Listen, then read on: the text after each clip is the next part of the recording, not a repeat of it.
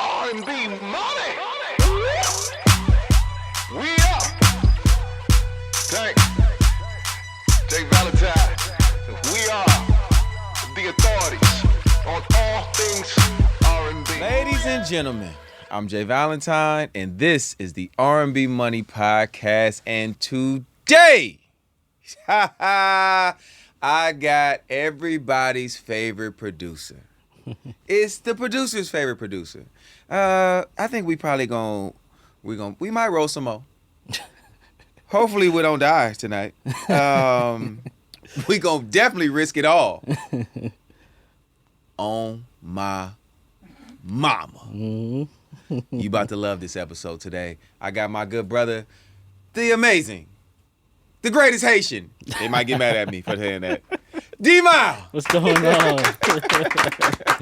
How you doing, What man? up, bro? Chilling. Good to see you. Hey, bro, this is like the Loch Ness Monster. Right. Yeah, man. I'm outside now. So all y'all that have been looking for D-Mile, Here I am. I found him. Hey, man, it's good to see you, bro. Man, good to see you too, man. Listen, obviously, a lot of people publicly don't know you. Mm-hmm. Was that done on purpose for you? I feel like at first it was. I kind of was just like focused on the music and just loving to do that. I kind of didn't like attention. I still don't, but I'm way more open these days. But then it kind of just became a part of my thing. So I don't think it was always intentioned the whole time. It was just like whatever comes, and then just take it from there. Like you said, it became part of your thing. It's like, oh yeah. I want to go to Rouse. Exactly. Right. But I can't. Right. Exactly. I'm D-Mile. I definitely got comfortable. I definitely started to like it. So I was just like, I'm cool with it. Like, if I can just still live and do all that and not even show up and show my face and all that stuff. But people don't understand, man, the luxury of that. Yeah. Of being able to do what you love. Yep. In the entertainment space, right? Because that's when you sign up for entertaining or entertainment, it becomes a thing where you have to show up. Yep. But being able to make a living in the entertainment world and not have to go to things, it's actually pretty fucking cool. Definitely. I went through that phase for sure. Sure. You know what I mean? People bring up my artist days, and I'm like, yeah. Whenever it felt like it was about to just get too cracking. Yeah. I was like, all right, I'm out. Exactly. Yep. Middle of a song. Yep. Don't do a video for it. Yeah, just right. Whatever. I'm just totally get that. Too many niggas is noticing me. Right. I gotta get up out of here. Right. You know what I mean? So I understand, bro. Yeah, like, man. and that's a space that I don't know if everybody respects. Right. Being able to just go to the mall or go to the store or just be on a plane and nobody let you sleep through your flight. Right. You know what I mean? You probably ain't gonna be able to sleep through your flight after tonight, bro. Oh man, I know. They're gonna be like, I see you on the. Can you produce my son? Right. Yeah. I'm ready for it now. It's time. Cause you don't really have none of the producer trappings neither, bro. You don't got no big chains. Chill. Got my damn Apple Watch. Got my Vantas, you know what I'm saying? But besides that, I'm chilling. But now they gonna know the name of the company too, though. Definitely. Yeah. Definitely. So let's go back though, bro. Yeah. Take me back to Flatbush. Take me back to New York. Boy. Yeah, we going back. Yeah.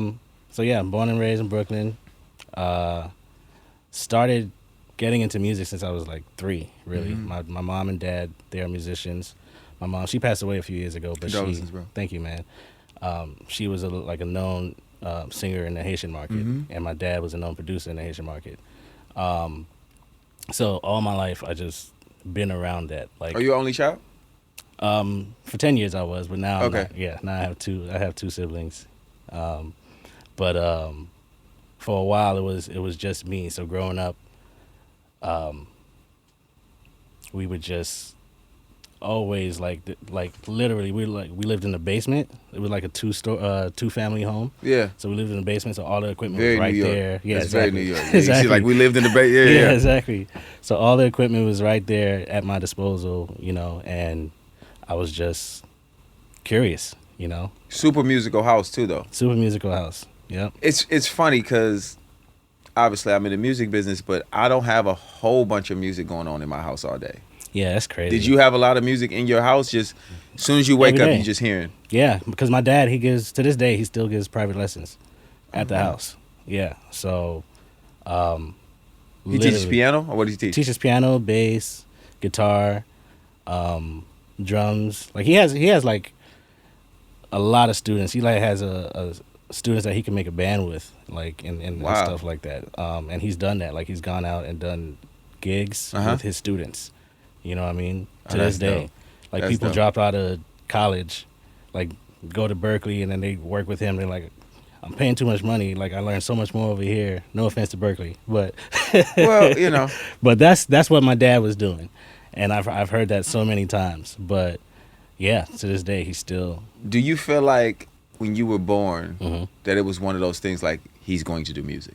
Yes. In your parents' eyes, like we're giving Oh, in my birth. parents' We're eyes? giving birth to a musician. I don't know. I feel like yeah, it was there, but I don't think they wanted to force it on me.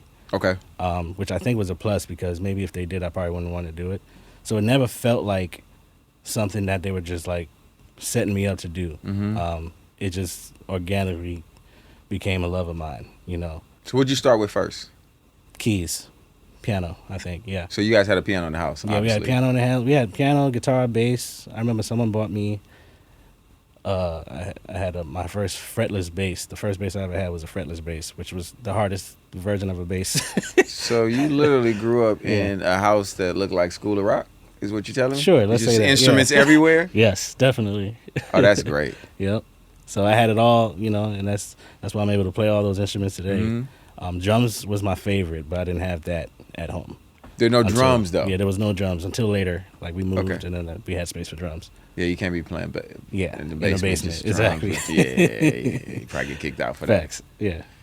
All right, so you take on instruments at the age of 3. hmm And what's the process for you as far as, is it, okay, I'm going to be a musician, I'm going to play in church, I'm going to write songs one day? Like, what, in your mind, is there anything other than it just being a natural thing to just play Yeah. instruments? Early on, I don't know. I can't pinpoint exactly when, but I know it was at a young age that I knew that I wanted to do like music behind the scenes, and essentially that was being a producer. Mm-hmm. I never thought about being an artist, even though one time I had a chance.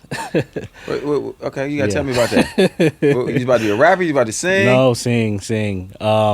So around when I was like 15, 16, I had access to a studio from a family friend of my dad's. They like knew each other from back in Haiti and all that stuff, and he lives in Long Island. Still lives in that same house where I used to work at. And I would just do these demos and like have all these tracks, but no one to write to them. So it forced me to kind of just write to my beats, write to my tracks, Yeah. and sing, which I was not like, that's not my favorite thing to do. So you're not Wyclef? No. Okay, all right, No, okay. no.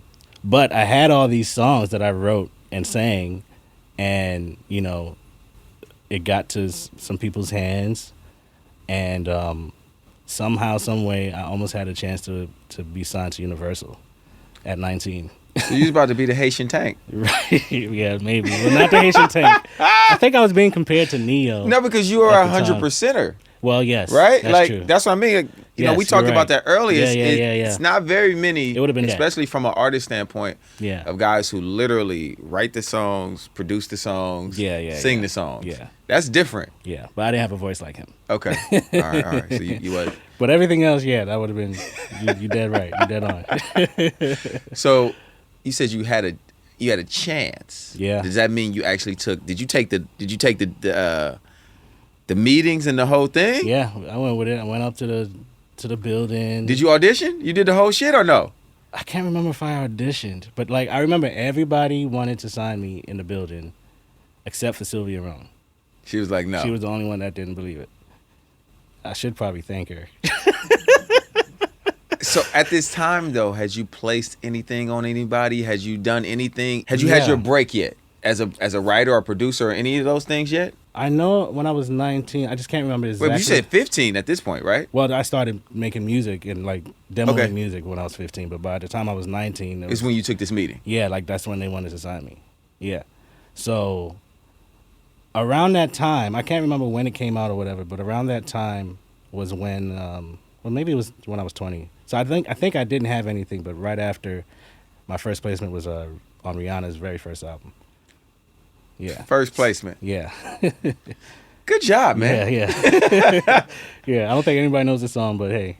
Yeah, no, I heard still it. got Rihanna. I heard it. I did my research. Right. I was like, this doesn't sound like D-Mount. Yeah, exactly. But it don't really sound like Rihanna either Right. because Yeah. she had to make that kind of that transition. It was Exactly. more of an island feel. Yeah, exactly. Initially with her first album. So how do you land a record on Rihanna's first album? Man, me and my partners, we were just in New York grinding, just trying to like sow the seeds and let everybody know who I am. And we ran into this group called Full Force. You know Full Force. Come on, don't do that. Yeah. Hey man. Hey man. Do not do this group called. Yeah. You know. We talking Yeah. Buff, Yep. Body Slam, Yes. Them guys. House Party. Yep. Come on, dog. Don't do this, dog. Don't do this. Them was my guys, Oh, bro. yeah, for sure. They're my guys. I mean, the youngins might not know. So No. yeah. Listen. If you watch the R&B Money podcast, Yeah. you know who and what the fuck is Full Force. Facts. Legends.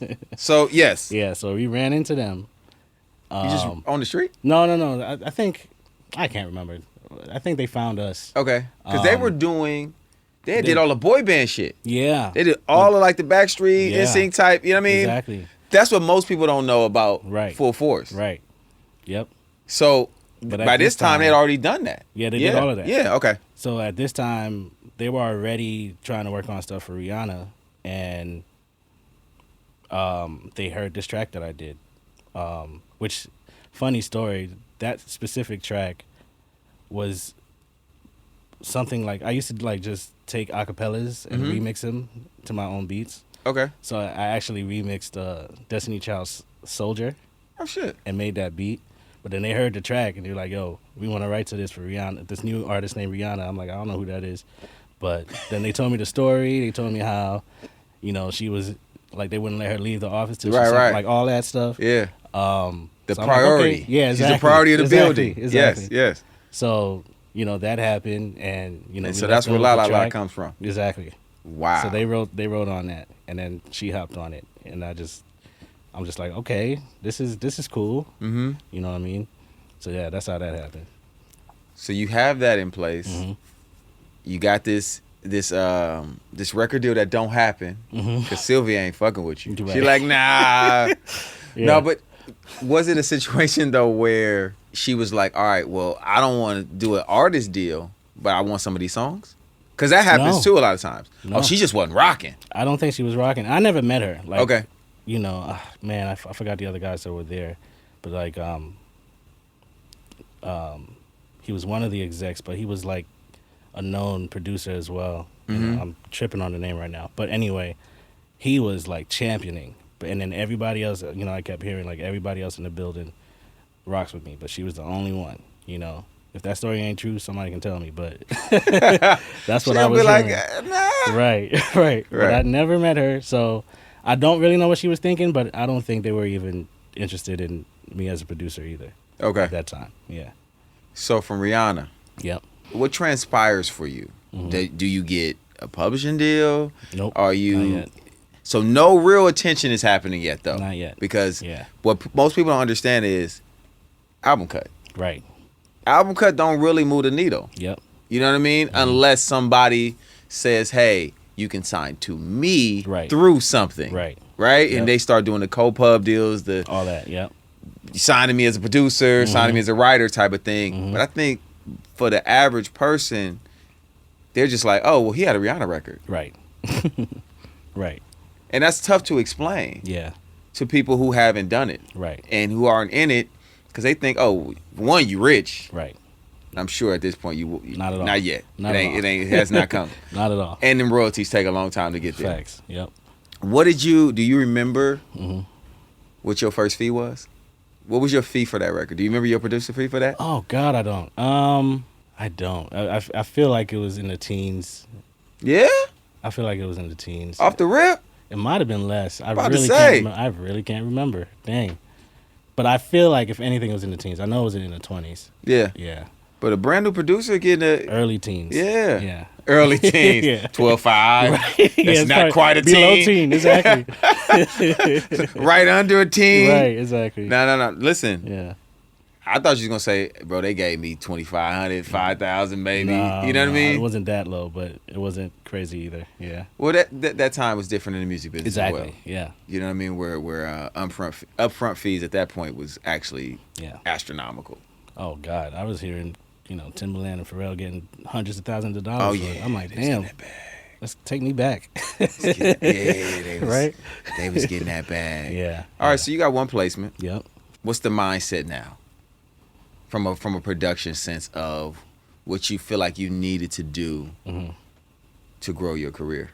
I think I was just seeing like with that happening, I was like on the right track, and I just wanted to keep going, and just keep like sowing the seeds, letting everybody know, whoever is down to listen to my stuff, whoever is like down to work with me. I'm usually at work, I love working from scratch, like in the studio with artists. At that time, nobody was letting me do that. Oh yeah, ain't no get in the studio. What? Yeah, Who? Yeah, exactly. What's his name? Right. Who out me on? Right, exactly. So, Because that's literally how this shit goes. yeah, for sure. So did you have a manager at the time? Yeah. So you do have things set up for you though? Yeah. So I have a production company, Medina Entertainment, and I have two partners, Brother Shawn and Brother Colin. So we came up from the beginning together. I still rock with them to this day. Oh, y'all started from the ground together. We started from the Oh, ground. I love that, bro. So I love that. Shout out to those brothers. Oh yeah, for sure. So Shawn has been playing the role of my manager. It wasn't like really my manager, but just for the sake of our business, he was just doing that. Yeah. So, it was really him, just really making all the moves, making the connections. He used to drive Toni Braxton when she was doing Broadway. So he had kind of a little relationship with her there, and Tamar, which later on I got to meet her. But yeah, he was just around, and he knew a lot of people because he was like just in the mix of a lot of things in New York. Like back then, New York was like the spot. You know what I mean? And are you in Brooklyn still at this point? Still in Brooklyn. Yep, still in Brooklyn. And then one thing led to another. I started going to this church in Queens. Were you playing in church or just going? Not officially, but Okay. yeah, every once in a while. So it was the Greater Allen Cathedral, but they had a youth church like a block and across the street away from the main church. And it was like me and my friends from high school. Some of my friends from high school invited me there, and I just kept going since. So I would play there every once in a while, just for fun or just to help out or whatever. But Stanley Brown. Mm-hmm. He was the MD at the main church, and I guess one day Rodney reached out to him, Rodney Jerkins, Darkchild. Okay.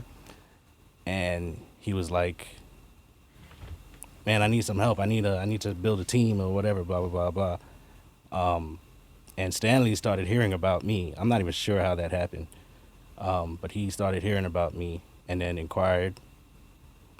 And we sent him, I'm sure, one of my CDs at the time. It was CDs of like tracks and songs and all that stuff. And he sent it over to Rodney. And it was just one song specifically that made him be like, yeah, I need this guy. It was this song called Approach.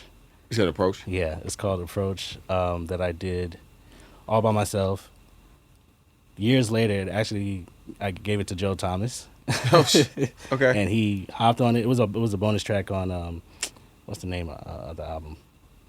I'll think about it later. But anyway, that song got me to Jersey with Rodney. And that was the beginning of just like a whole nother step of my career. Is that considered, because obviously I'm from the West Coast. Yeah. So is that considered like a world away? Because you like, it got me to Jersey. Yeah. It was definitely a long bus ride. I'll tell you that. Okay. I hated riding over there. It was like 2.5, 3 hours. But for me at that time, it was just like, You would take the bus over there. yeah. I think the first time I went, I took the bus over there, and every once in a while I would take the bus over there. Yeah, 3-hour bus ride is not close. Yeah, exactly. It's not close. Right. It's not close. And it's like closer to Philly because it's in Atlantic City. Okay. So I had to go all the way over there. Yeah, because for us, I think we always, especially being from the Bay Area, like we look at New York and New Jersey as like Oakland and San Francisco. But it's 15 minutes. Right. It's a 15-minute, over the bridge, and Yeah. And I think it's Manhattan and was it Jersey City that are like that. Yeah. So I think exactly coming from the other side of the country, Right. that's how I always thought Yeah, about it. yeah, Like, yeah. oh yeah, that's quick. right. Yeah. 3 hours ain't that's exactly. far. Yeah. And I learned that later when you just said Atlantic City because I Yeah. like to gamble. Uh-huh. And I remember being out there one time and he's like, yeah, man, we're gonna run up to AC. Yep. I said, oh come on. Mm-hmm. They're like, yeah, it's gonna take us about. Nah, I ain't going. Facts. I'm gonna be right here Yep. at this hotel Yep. in Manhattan, Yeah. chilling. Yep. No, Yep. I'm cool. And then you got to think for me, I still had to take a train or a bus to Manhattan to get to the bus. To the bus to take you to Jersey. So that shit took all day for me. Nah. It felt like all day, for sure. Yeah, I hated it. but she was after something. Oh yeah, for sure. It was. So now you work with Rodney. Hmm. What's that process for you? It was great. Just kind of seeing. I remember the first time I actually finally, like, we went up there and I met him. Actually, no, I'm tripping. The one time, I met him once before we went out to Jersey. He was at Sony Studios, which doesn't exist anymore, in Manhattan, working on, I think it was Beyonce. I think that was around the Deja Vu times or something like that. So, yeah, we got to meet, like, briefly there, and, he was telling me how much of a fan he was and all that stuff. And then, after that day happened, I didn't hear from him for, like, months. So I'm like, okay, I guess it's not happening. It's just music business. Yeah, exactly. And then one day out of nowhere, he was like, yo, can he pull up today or tomorrow? And that's when I drove out there. Oh, well, took the bus out there. Yeah. But getting there and seeing him, already, like, he was in the middle of working on a project or finishing up a song, and just kind of just seeing his process, I felt like I just felt like he was like the older me in a way, because I felt like I just understood his process, and with me not knowing or being that close to someone that big at that time as a producer, and seeing how he works, I was just like, yeah, I can relate to this. Like this, Yeah. I can see myself doing that at that caliber. But it was crazy. And then after that, we were there. I was there for 2-3 years. A lot of great stories, ups and downs. That's when I got my Janet placement there. You know what I mean? The feedback song. Yeah. And before that, actually, I did have that Mary J song, Gonna Break Through. Oh yeah. But that was before meeting him. And yeah. one of my guys played on that record. Really? Lauren Dawson. Oh snap! Yeah, man. I've yeah. known Lauren, bro, since I was a teenager. That's crazy. Yeah, I went out on a writing trip, I think, when I Yeah. was like 18 or Yeah. something. That's and crazy. I met him years ago. Yeah. Because I remember, because the version that ended up coming out for that song was not exactly how I had it. They cleaned it up a little bit. Okay. And they added all the stuff. Oh, that's Yeah. when you're a young producer. That's what Yeah. happens. They're like, ah. My partners hated it, but I was like, I get it. It made sense with the flow of the project. But yeah, that's crazy. Small world. Very smart, especially music business. Yeah, for sure. So you with Rodney, you get feedback. Yep. Do you feel a shift yet within where your career is going? And A little bit, yeah. Within the industry, yeah. Yeah. And obviously the at the time also being signed to someone who's that high level in the industry, Right. The phone calls are different. Yeah. The people pulling up to the studio, like you said, man, I want to get in with you. Yeah, now yeah, it's yeah. like people are coming there to work with y'all. Yeah. I'm sure that was a whole different Yeah. experience for you at that point. Yeah, sure. I mean, for me, of course, he was the main focus because he's Darkchild. So anybody who came over or came through was really for that. But the opportunities were there for us. And I always used to think, like, because there was a bunch of us there, like that building, it was so many talented people in there. I felt like we were the the X-Men of music, but like unknown, Right. at Right. the time. But yeah, no, it was just you know, crazy to see who would just walk in the building sometimes, and even the days like when nothing's happening, I, sneak and like look at his files to see like some secret Michael Jackson shit that you know what I'm saying, that he was working on that never came out, or et cetera. Like, and just being just a fan first of him and the music that came out, the music that didn't come out, just being there for certain things, just being able to help in any way, whether it was something that I was looking for credit for or not, you know what I mean? But I was really just like a team player. Right. But just that access was the start of it. Do you look back now at that as, in a sense, your college? Yes, it was my college. Your education, literally, into the music business. Yeah, definitely. I think, and you and I spoke about this as well earlier, where people look at kind of the beginning stages of their careers, and they glance over it, maybe sometimes in not the most positive way. And I tend to feel that way with people, or take that from people who maybe weren't continuing their success. Right. Where they're harboring on really the college years. Yeah. The college years. Not even, like you said, it was ups and downs. It's different. Like when you're working with people, and at that time working for someone. Yeah, right. Right? Because you have to understand what that is too in this business. A lot of people think, oh, I'm working with such and such. No. Right now you're working for. Sure. Yeah. With is more of a partnership. Yeah. You know what I mean? But if I'm bringing you in, I'm feeding you, I'm all these lights, all this thing, you work for me, which is not a bad thing. Right. It's not bad to work for someone. Right. But I think in music, these lines of we all did it. Yeah. Which we did all do it, but someone has to get us there. Yeah. Someone has to put us in front of a Janet Jackson. Right. Yeah. And I look at mine early on. I look at my early stages in the music business as my college. I didn't go to college. Right. You know what I mean? So I'm like, same. This was me going to college. Yep.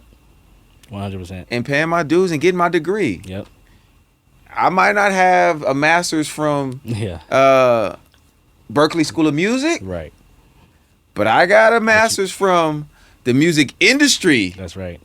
Yep. School of Music. That's exactly how I feel. You know what I'm saying? Yep. So I take it for what it is, man. And that time was what it was. And, hopefully I won't even say hopefully. I feel like I'm continuing to use things. Oh, yeah.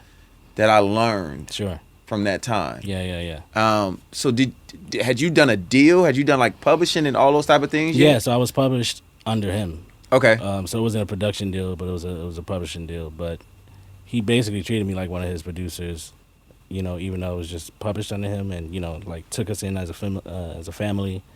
Man, there was a few of us and songwriters too at that time. So, but yeah, it was a pub deal. Yeah. Yep. That was my first one, and I think when you talk about checks, I don't think that definitely was a low one. That was a low one. Yeah. You want to tell us the number? I can't remember. I do remember. I'll give him this. One day he gave me out of nowhere a $10,000 bonus. Okay. If that's great or not. I mean, it's a bonus, but I feel like the original price wasn't crazy either. But at least it was easy for me to recoup. I think my first publishing deal was for $75. I feel like it was around and there. I got yes. yes. I think I got the $37.5 to kick it off. I got my half. Yep. And then ran through that. Yep. We're gonna run through that. Yep. And I needed like another 10 or 15 for equipment. Yeah. And then I wrote in Sync Celebrity. Out of there. Yeah. Renegotiation. Yep. And then Tyrese I Like Them Girls dropped 2 months later. Ooh. I'm like, oh. Yep. You motherfuckers, I'm back. That's funny. That was the first. That NSYNC album was the first album I've ever purchased with my own money. No shit. It was that and Usher's 8701 at the same time. I went Thank to you, Sam bro. Goody at the same time to Appreciate get you, man. both of those CDs. You helped me get out my publishing deal. Facts. Because I hadn't been signed to that publishing deal for maybe 6 months. Crazy. And I got cracking. Yeah. Yep. That's great. And I was able to, Yeah. work my magic and go get me a bag. Yeah, you killed that. You killed Man, that. they killed that. I was like, wait, so they sold how many Yeah. first week? Right. You say 1.3? Right. Oh, yeah. Things didn't change. Yeah. Yeah. So, Hell no, yeah. but I mean, but they published, they got it. They were smart enough to do a deal with me early on. Right. And they were able to publish Right. this new young writer Mm-hmm. who they got for pennies on the dollar. Right. Worked out for everybody. It worked out for everybody. Worked out for everybody. Do you remember what you bought with your publishing money? Your first check? With the 10,000 or with the bonus? I bet you it was equipment. I bet you it was. So you was Yeah. reinvesting. Yeah. I bought a pair of jeans, I think. Yeah. I bought- A mix of that and clothes for sure. Yeah. I went to the mall, bro, and I had 5,000 cash on me. I said, yeah, I need to feel it. I need to feel all the the hundreds. Right, I need right. to have the hundreds on me. And I went to the Beverly Center Uh-huh. and I couldn't find anything. Word. And I just bought a pair of random jeans. I said, I'm buying something. buying something. I'm I left leaving the with mall something. with Right. probably $4,960. The jeans was cheap as fuck. Right. You know what I at mean? least But I was you like, I used it. bought something. Right. Facts. I bought something. It was like some Levi's in 19, whatever the fuck. Right. In the 1900s is my kids call Right. it. Right. Like, Dad, you were born in the 1900s? Right, yeah, Like, yeah. We old, bro. We old. Bro. I was born in the 1900s, man. Yeah, right. But all right, so, so now you with Rodney, Mhm. you got the placement, you getting a bonus, Yeah. Right.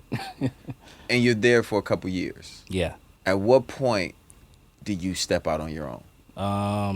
So when And what was the shift for you? Where you were like, all right, it's time.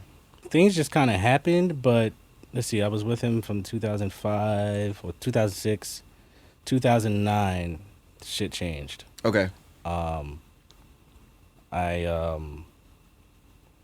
I think I was starting, like my name was definitely going around the industry, and I think people were more and more realizing my talent on my own as well. Mm-hmm. So I was starting to get calls directly to me, for me.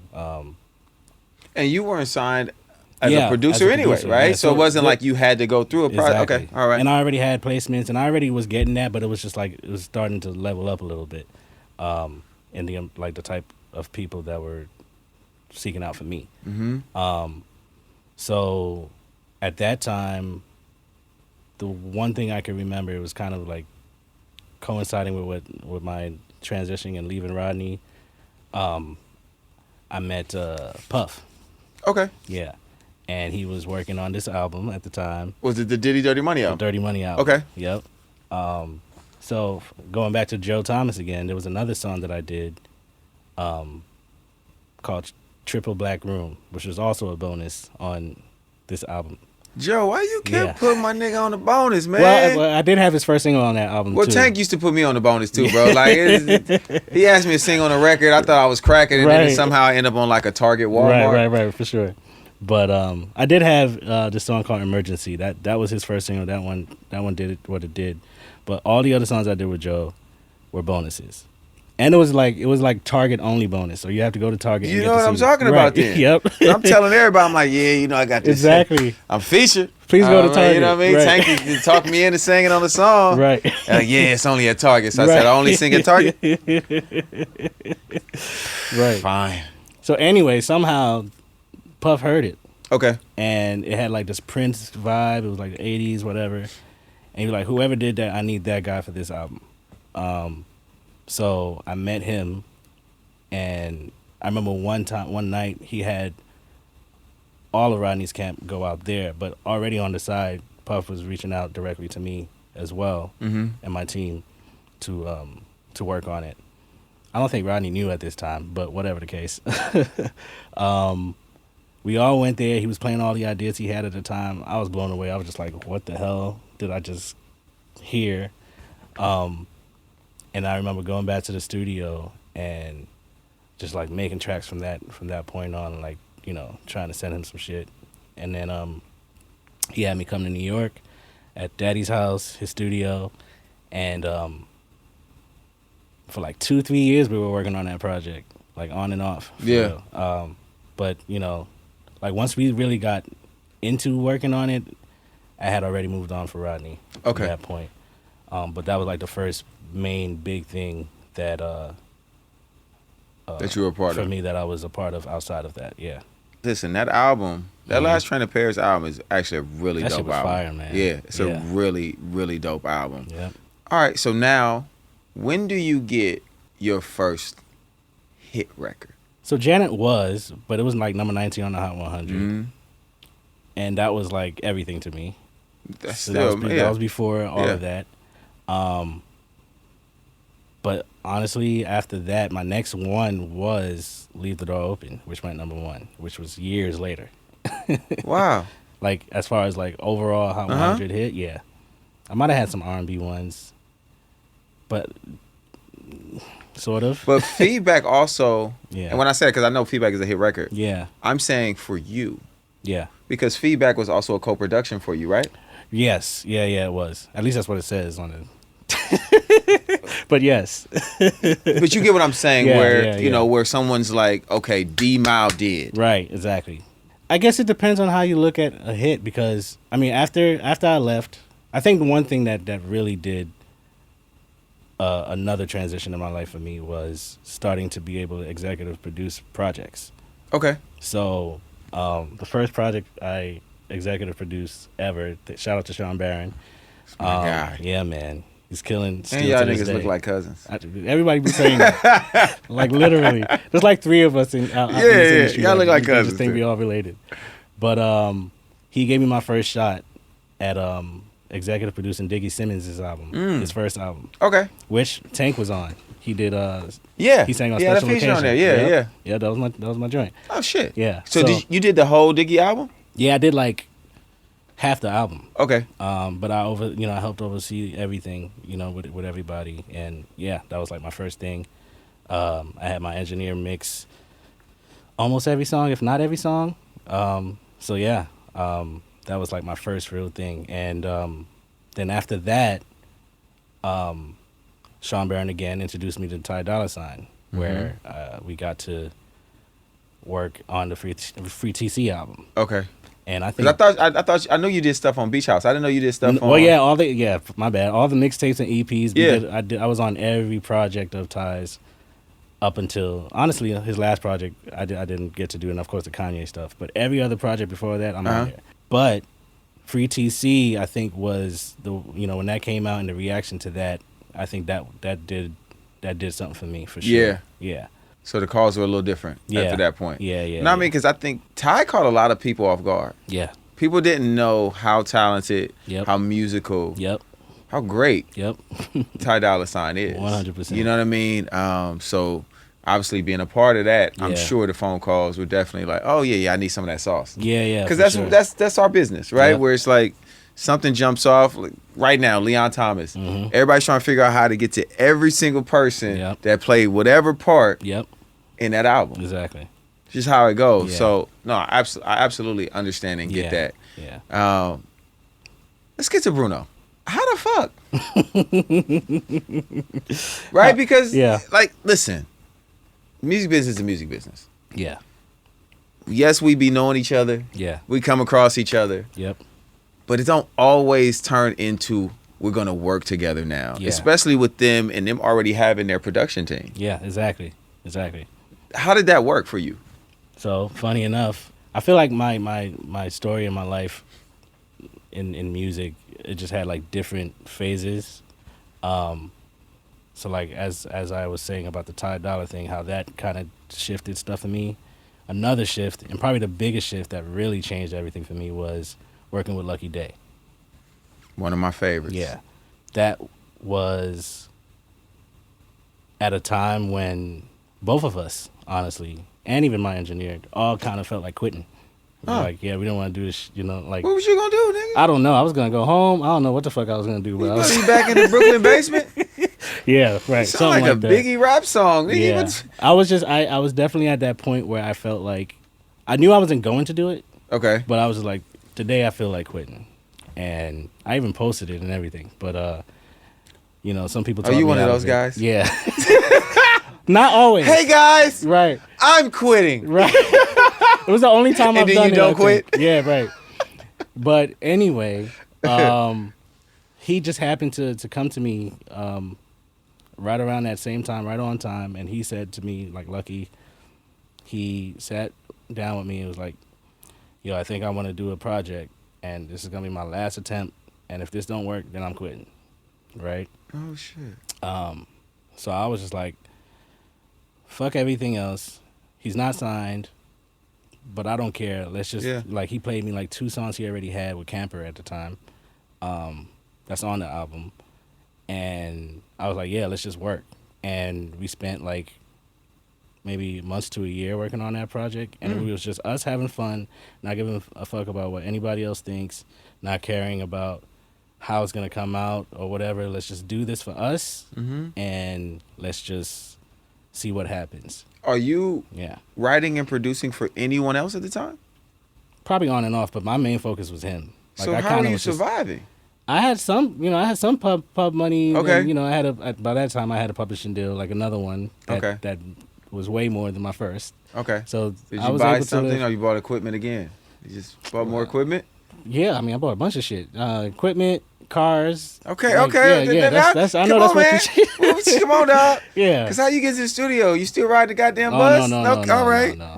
I had like 4 BMWs in my life, just back to back, and I'm sure all of that was part of that. But, yeah, man, we started working, and then, you know, one thing led to another. He got a deal, shit came out, response was crazy, And that's the Painted album, ain't it? and that's the Painted album. Great Right. album. Yeah, You know, Rosa Mo is one of my favorite songs. which was the first. I think it was the first song we did once we decided we were gonna work on the project. No shit. Yeah. Oh, that's great. Yep. Yeah, I would have kept working after that. Yeah, too. exactly. Like, I love Like, this oh, song. let's keep All right, going. let's keep Right, going. Right. So, what? A year later, that was 2019. It came out. Yeah. So, like the end, like August 2019. I got a call from James Fauntleroy, who I know was on the show. That's my guy. Dakotas. He hit me on a Wednesday, and he was like, "Yo, what you doing on Friday?" I'm like, I'm not doing nothing. I don't think I'm doing nothing. Yo, Bruno wants you to come by. He wants to meet you." And I'm like, "Okay, cool." So At this point, you never met Bruno. You never. I actually met him once. One time, he had an artist that, you know, at the time that he was trying to do the exact thing. Yeah. But it didn't work out. But I was working with her, and he came in the room and kind of helped us with a little bit. He doesn't remember this. So I met him that one time, and I remember going in the studio. I was on the phone with my partner, Brother Shawn. I'm like, yeah, I'm supposed to be working with Bruno, got this artist named blah, blah, blah. And then I look up, and he's sitting right there. I'm like, oh, shit. So that was funny. But, so yeah, that was like a quick meet, but Because the real meet was... James Yeah. wrote on the 24 Karat Magic and no, all but that. no. I know that. Oh, yeah. But he wrote on the Last Train to Paris record, didn't Yes. And Okay, it was so now, our yeah, song I'm together, putting it all actually. together. Yep. he? Okay, Exactly. from when he was working with Justin, Yep. and they doing Yep. what were they? They were the Wise. Yes, exactly. Okay, yeah. So I've known him since Rodney days. Like I've as soon as we moved out here, he was like one of the first people I met. Fauntleroy. Yeah. Yeah. So now he's making a phone call to you. Yep. Bruno want to holler at you. Right. And we get in the studio. We talk. He's feeling me out. We're just talking. Like he's asking how do I work and all that stuff. I remember telling him like I'm pretty much open. You know, whatever you need. And the first thing we start working on, honestly, is a version of Leave the Door Open. It was called something completely different. But that was the first thing we worked on. It was a completely different. I know arrangement. what I'm going to do when I come to your studio. Or actually, since I'm here today, Right. I'm going to say, hey, Right. what is the first thing you've done? Yeah. Play that for me. Right. Because it's something to that. Yeah. I mean, he's a genius. First off, let Yes. me say. So Agreed. he already had the idea for the concept, and he was just playing around with kind of the world of where he wanted it to go. So that version nobody will ever hear, but that was literally the first thing we worked on. It wasn't like I had a track and we were working on that. Like, Yeah. we built something from scratch. And it was built off of whatever idea he kind of was having at the time. Was it intended for Silk Sonic? No, at that time, none of us knew what it was. Like, he was... Just writing. Yeah, he was just writing, you know. I mean, that's kind of how he works. He'll start writing and then try to find the world in the process. And then once he has that eureka moment, he's like, okay, now I know what we need to do. So at that time, he didn't know what he was trying to do. He just knew he was trying to work on another project. And then we actually were working on something else on the side at that time. So we kind of had like two different focuses. And then the pandemic happened. And everything slowed down. So that kind of changed. The panoramic did it. Exactly. That kind of fucked up that side thing. But, you know, we went back to leave the door open. We actually did Smoking Out the Window before the pandemic happened. And that was kind of what birthed the idea of the group? Of the group. Wow. Yeah. Yeah. Smashes. Yeah. Smashes. Yeah. What did that feel like? Oh, man. When it came out? Or just the... When it hit number one God. on the Hot 100. Man, I remember I think it debuted number 2, and that was great for me already. I was just like, shit. It debuted number 2? I think so. Like, I think Drake was the only person in our way to get it. Shit, bro. I could look back and make sure, but I think I'm right. But when we finally hit it, I was just like, wow, I finally did it. And it's not that I was trying, you know, all this time, all these years, but when it happened, it was like, wow. You 15 years in at this point. Yeah, something like that, right? Right. Yeah. And I was actually mostly surprised at something that musical going up that crazy. Yeah. No, I had a conversation with Philip Lawrence about what we have been able to do as black creatives with Bruno. Yeah. Like our people. Yep. You know what I mean? And because I'm very honest about where music is and what music looks like. Right. Right? And I don't know if it works in the same space if he's black. Right. I'm just very honest about that. You know what I mean? And I'm very appreciative of the people who get to work with Bruno and get that off. Yeah, facts. And be musical. Because I've worked with artists, black artists, who have taken those same type of shots. Right. And it's like, yeah, I know what you mean. This feel old. Yeah. Or this feel this. Or this feel, and it's Right. a lot of other excuses other than it's great. Yeah, for sure. I get that. You know what I mean? And the fact that Bruno makes sure he taps in. Yeah. And all of y'all that are part of it are fucking amazing, bro. Man, appreciate that. Definitely. Like, you're my friend, but I'm a fan of what you do. Appreciate that. Like, you're incredible, bro. Thank you, man. Philip Lawrence is incredible. Brody is incredible. Yeah, James Fowler, like, all of them, man. He got a going down squad. the line, bro. Yep. Like, the music you guys create is timeless. Bruno is a vessel. Yeah. Definitely. You know what I'm saying? Definitely. And he studies, man. He studies. it's Boy. clear. Yeah, 100%. It's clear. Yep. And like I said, bro, I'm from the outside of it, looking in, I'm just appreciative that y'all get to get that off. Get that off. Yeah, exactly. I Man. was looking at him crazy, like, you sure?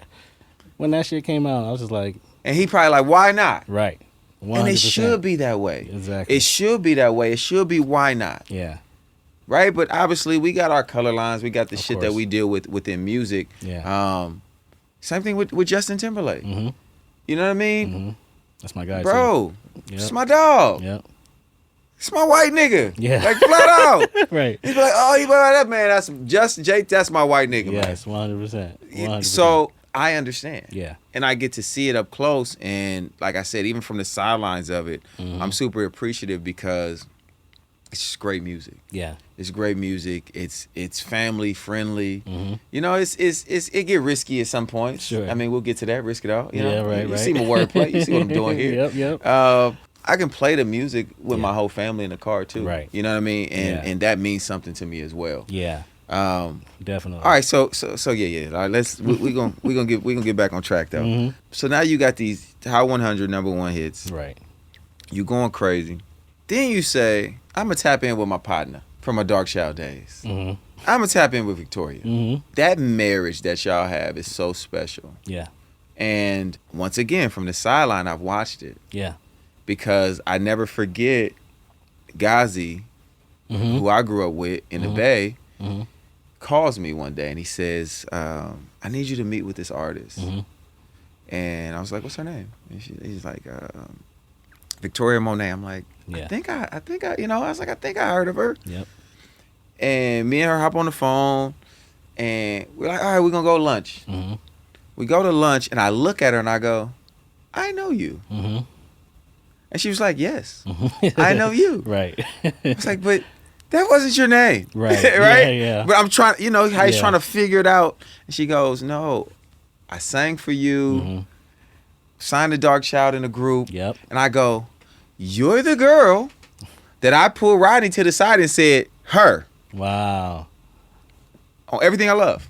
I feel like I might have heard this too. But anyway, go ahead. I literally That's crazy. said, because I don't know, Rodney had just called me. Yep. I think for something, and y'all, it was the studio right there off of the 101, Yep. Melrose-ish, Yep. whatever that is over Yep. there. And I think that was Demetrius Spencer's studio back I in think the day. so. Yeah, Yes. yeah, I think that Yep. was Demetrius' studio. Mhm. And they sang for me, and they were from SAC. Yeah. And obviously, I'm from San Francisco. Yeah. So it was that whole. So Yeah. you know how shit starts. Yep. It's like it starts formulating. Yep. As we're sitting there having lunch, Mhm. and I'm like, oh yeah, Yep. you've been special. Yep. I was like, yes, you've been special. Yeah. Definitely. And you know, I end up finding out, you know, y'all was working together, and because I'd heard your name, and I'm like, oh, this is crazy. Yeah. Was it just a conversation because y'all were already homies? Yeah, so I mean, shoot, a lot of people don't know, and I might have said this somewhere, but she used to live with me. So Oh shit. yeah, Okay. Well, the music business. Yeah, It's like, hey exactly. man, I need somewhere to stay. So and it's so funny because this was after I left like the Rodney situation, and we had an apartment in North Hollywood. Well, neither one of y'all live in apartments no more. Yeah, facts. Boy. Right. But we had an apartment. Apartment 211 was our apartment number. But You know, that's like armed robbery. That's 211 is an armed robbery. You know, that's the I the didn't police realize code that. for that. I'm like, yeah, listen. maybe I should go with a different number. But that was No, what it was. you know, it That is was what it was. Right. So, but it was three of us. It was a 3-bedroom, so it was 3 of us. We were all with Darkchild. One of us was engineer. Another one was a producer, and then of course me. But I had just left.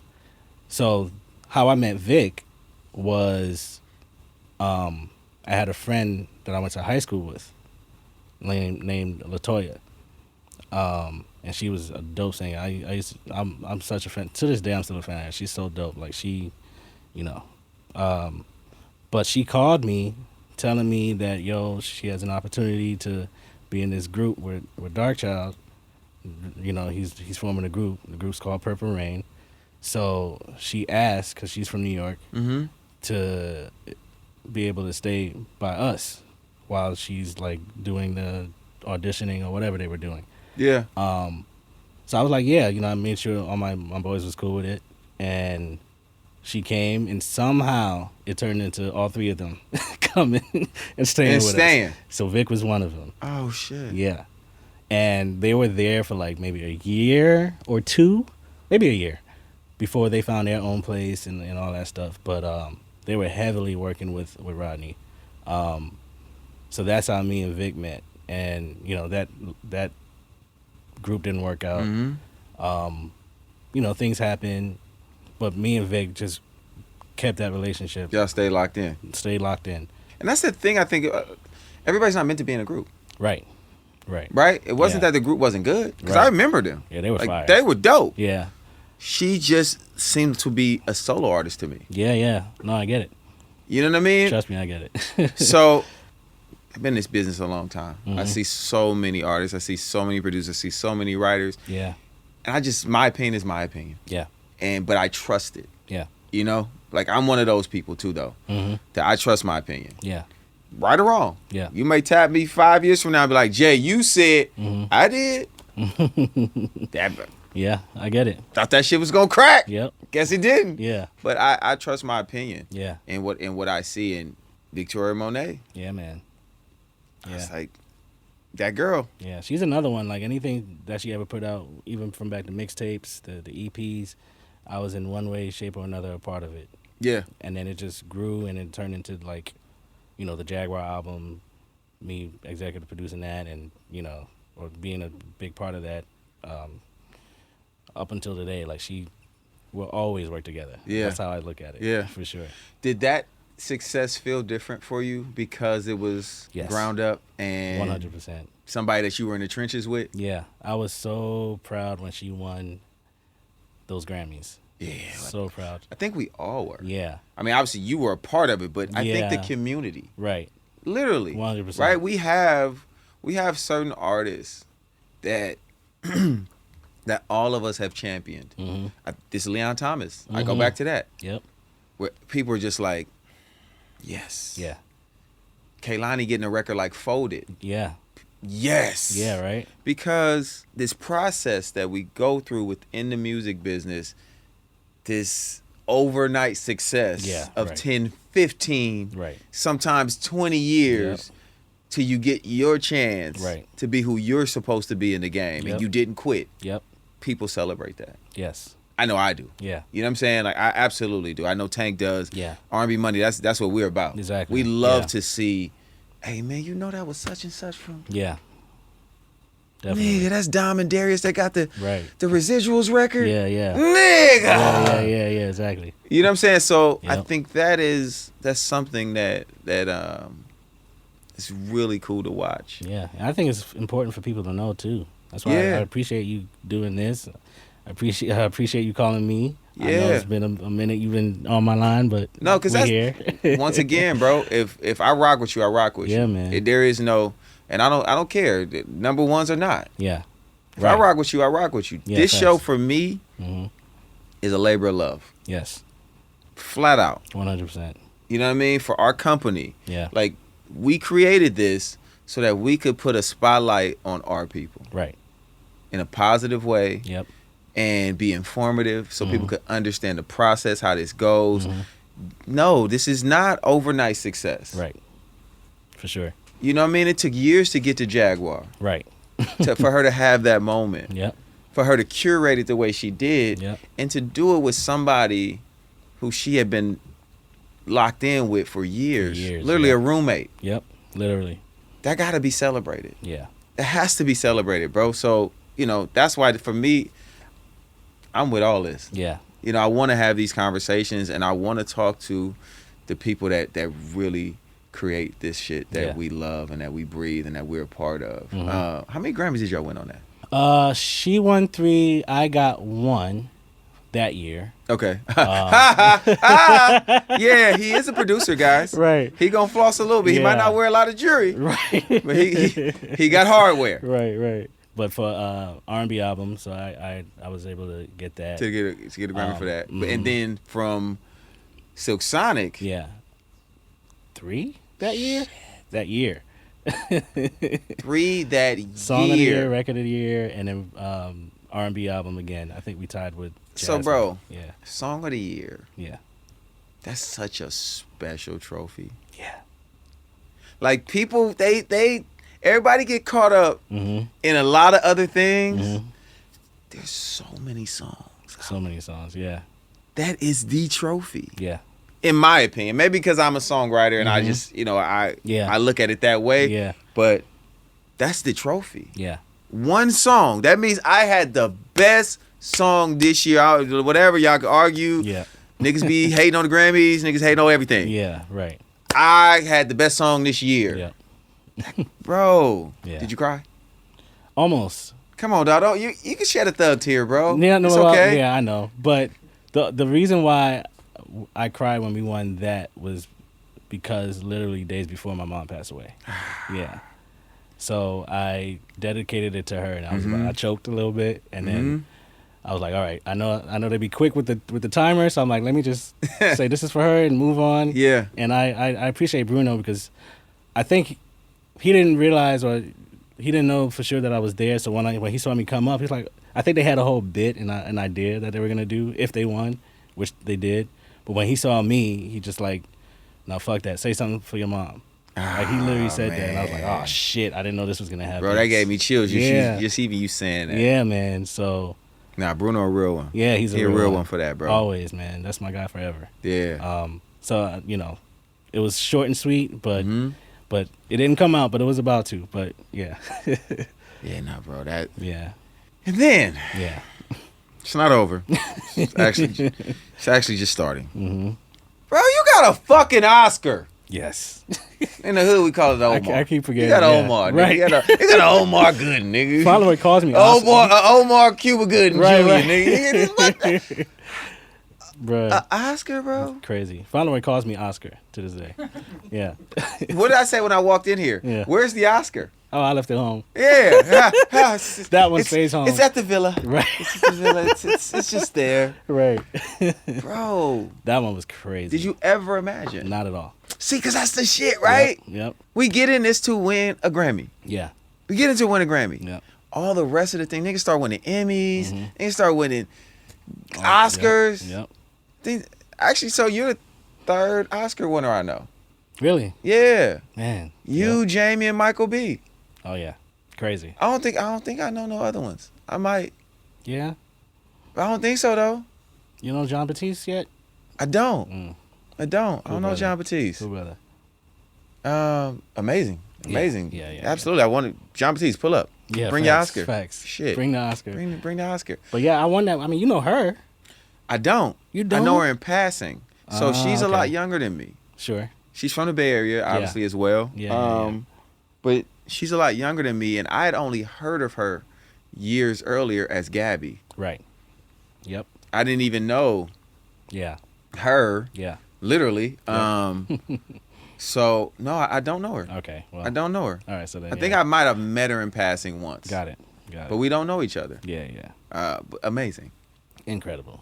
Yeah. How does that transpire? Man, I was in the middle of working with Bruno. I think it was on the Silk Sonic album still, figuring that whole thing out.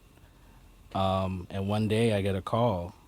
They asked me to come and help her with, like, she has this this movie that she has to do a song for, and it was Judas is the Black Messiah. So I'm like, all right, I'm supposed to be working, but let me see if I can get out. Or maybe it was like a day that I was off from Bruno, so I was able to go. Yeah. So I went, pulled up on them. We got to watch, like, they sent us the movie before it even came out. We got to watch it. We had popcorn and all that shit. Watched it from beginning to end, and we were like kind of blown away with the movie and what the story was. And then right after, we were like, all right, let's try to do some shit. And I'm like, how are we gonna do anything? Because they were asking for something that was like more uplifting and more upbeat. Yeah. But the movie's so sad, especially how it ends and all that stuff.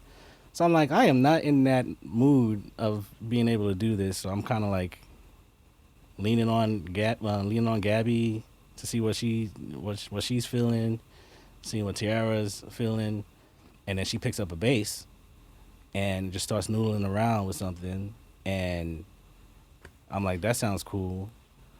Then she puts the bass down, goes to use the bathroom. I pick up the bass, and I don't think I played exactly what she played, but it still sparked the whole thing. By the time she came back, She had an Oscar. We had exactly. We had a track that she was like, "Oh yeah, I like this," and then her and Tiara started writing to it, but it was late, so we got. I feel like maybe we got to writing the hook or something like that. Then we just called it a night. It was like, we'll come back to it tomorrow, but I couldn't come back the next day, so I left them with the track. They finished writing to it the next day, and sent me it over, and then I did some post-production, sent it back. They sent it to the movie people. They loved it. Whole time I'm not thinking no Oscar's gonna come out of this or anything. I'm just like, I just wanted to help her. Yeah. And next thing you know, shit comes out. And it was a pandemic, so like you watch it from home. Nobody went to the movies to watch it. Mm-hmm. And now we're hearing Golden Globe talks, Oscar talks, and all that stuff. And I had to do freaking Zoom interviews with like people. And next thing you know, we're nominated. And I'm like, how the hell did this happen? So you had to go on a campaign. You did the whole thing. Yeah, I was just riding with her campaign, like just straight up. Like the three of us were campaigning. And who are the writers on there? It was me, her, and Tara Thomas. Okay. Yeah. She's dope. Yep. Everything was just moving so fast. It was kind of overwhelming for me that year, because that year I also won Song of the Year again. that was my first Song of the Year, and then a month later I won an Oscar. So I was like, what? Hey, man. And for my last trick, I've also won Song of the Year twice. And I'm pretty sure you're the only one who's done that. Yes. Apparently. This is crazy. I'm like, how? And I think I'm the first one in 35 years. I think Lionel Richie was the first to win a song and Oscar in the same year for two different songs. I saw that. Oh, you pouring so much champagne, good brother. You pouring so much. These are the magnum bottles of Ouv that you're just pouring out at this point. I look up, I'm like, how the hell did that happen? Like, wow. Straight up. And the second year in a row that you won it for was Leave the Door Open. For Leave the Door Open. Yeah. And then the first one was I Can't Breathe with her. Oh. Which the three of us I Can't Breathe record. Yeah. Yep. So that's the first one you win. Yep. And that's during the pandemic, right? That's during the pandemic. The second one we won, the pandemic was over, but that was the when the Grammys was in Vegas. In Vegas, which was popping. They should do that one more time at least. Hey, Harvey. Harvey, let's go back. Hell yeah. The Valentine likes to gamble. I got good luck out there. Come on. He's ready to win another Song of the Year. Right. Put it back in Vegas. Right. Duh. Yeah, man. This run. Insane. Could you imagine it? No. Never. You know what when I thought about this, when I was younger, the only like vision I had was being at the red carpet at the Grammys. Not even winning. For some reason, it was just... It's just the red carpet, though. Just the red carpet with my, like, my lady, my wife, you know? Yeah, and that actually happened. But, like, everything else after that was not... I just wasn't thinking about that. Yeah. I don't know why that was, like, the thing above everything else. Yeah. The celebration of it all. Yeah. Have you gotten used to it? No, I don't think so. Because I'm always like, you know, I mean, it could never happen again. So when it does, So do you take all the homies? As much as I could. Yeah. Yeah. How does your dad feel? Oh, he's your over music the moon. teacher. Yeah, exactly. He's over the moon. He's always proud. How do you pronounce your name? Dernst. Yeah. Cause nigga, I was gonna call you D'Ernest. Yeah. Everybody. I was gonna call you D'Ernest. Like I seen it, I said. Trust me, I've heard. I'm calling D'Ernest. You know, you want to know the worst thing I've ever heard? Dust. I don't know how she got. What? It was a teacher I was in elementary school. She didn't like you much. I think so. I said my name and then she was like, "What? Dust?" I was like, "No, I said Dernst." Yeah, I'll never forget that. I'm like, that was the worst version of my name that I've ever So Big Dernst out here flossing. Right. Yeah, come learn with me. Right. I'll tell you. You want to win an Oscar? Right. You want to win 100,000 Grammys? I taught my son. Yeah. Listen, my son go win an Oscar. They'll never hear the end of it. No, trust me, my dad. Well, honestly, it's a little. Or both. my daughter. My dad Both. definitely talks about me to his students, but what also happens is my dad will tell the students will tell my dad Stuff what's you've up done. with me. Yeah. Oh, okay. Yeah. They'll That's update dope. him. He's like, "Oh yeah, I heard you had this song with Lady Gaga or whatever." Yep. Transition. Right. Die with a smile. Yeah. Once again. Yep. What the fuck? Yeah, that one. Bro. Yeah. Dog. Yeah. I saw the video. They're performing in front of like 40 100,000 people. Oh yeah, that was crazy. That was crazy. I'm in the studio with Fauntleroy. Mm-hmm. He like, Valentine, look at this. Cause I was telling him a story Mm-hmm. about me having a meeting Mm-hmm. with this we'll call him an executive, Okay. telling me how Die With a Smile wasn't a hit. Really? Wow. Mm-hmm. Early. Yep. I ain't gonna lie, people say, we listen and we don't judge. Yeah. Not me. Right. I listen and I judge the fuck out of you. This is Yes, my sir. camera right here, right, Tiki? This is my camera. So if you say some dumb shit to me, gonna judge you on it. And I'm like, you're crazy. Yeah. He's like, no, it's stardom residue. Wow. Stardom residue? The fuck? Uh-huh. It's Lady Gaga and Bruno Mars. You can't miss. Right. I said, and you also can't forget it. Right. Right. And I started singing certain parts, and he was like, oh, yeah. I said, Yeah. hey, you want me to sing more? Right. I'll sing more. Right. Like, this is a smash. Yeah, man. So, Mm-hmm. by the time I go sit with Fauntleroy, at this point, you're ruling the world. Yeah. And I tell him the story, and he goes, let me play you something. Mm. And he pulls up the video of them. I don't know if they're in Brazil. I don't know where they're at. They're somewhere. Yeah, I think it was Brazil, and I think it was Overseas. just Gaga. It wasn't both of them. Yes, it's just Gaga. And I think she It's did a just free Gaga. concert or something Bro. like that. But it was so many people out there. So many people singing that yeah. song. You couldn't even hear her. How does that feel, bro? Amazing, dog. Amazing. I never had that feeling I wanted. Man. I've been in the hood. Right. They singing along to When We, and, Yeah. and you just hear fuck. And I'm like, this is great. Right. Right? Man. But, bro. Honestly, that felt better than the Leave the Door Open and all that stuff. As great as that was for me, and that was like my first number one. Yeah. Man, when Die With a Smile came out, and he held on to that song for a year. He didn't know what to do with it yet. We were working on basically the romantic album, so it was a different vibe. But I never forgot about that song. I was just like, How man, could you, bro? Yeah. From a lyric standpoint, Yeah. melody, when it gets into the Yeah. you, I was Yep. like, Insane. Because as creatives, and honestly, Mhm. I take this. I'm gonna rewind a little bit. Mhm. The executive that I'm sitting with has never written a song. Mm-hmm. He's an executive, Sure. Yep. which we respect him. Yep. And I sit on both sides of that fence, right? For sure. Like I've signed artists, I've signed publishing deals, I've written songs, I've sang songs, so I have all the conversations. Right. I'm like, listen, what you say? Mm-hmm. You're sounding like a suit. Yeah. You sound like someone who's never written a song Yep. and doesn't know when that sweet spot kicks in. Right. Definitely. If the world was ending, Already got him. I want to be next to you. Right. Ooh, ooh, ooh. Right. Ooh. Exactly. Come on, bro. That's the key part right there. the Come ooh, on, ooh. bro. That the hundreds of thousands of people at the concert Oh my gosh. are going to sing along to. Yeah. How could you not hear that? Yeah. You don't write these songs. Right. You haven't written a song. You don't know that feeling. You don't have a heart.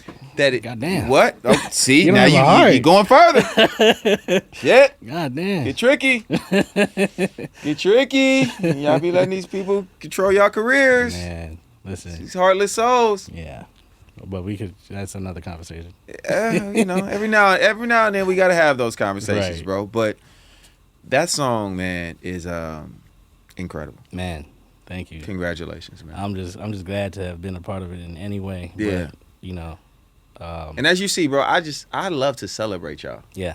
It don't matter if I'm a part of it or not, or I did it, I wasn't even. Yeah. Even if I came to the studio and you played it for me, Mm-hmm. I'm like, nigga, I heard it. You're right.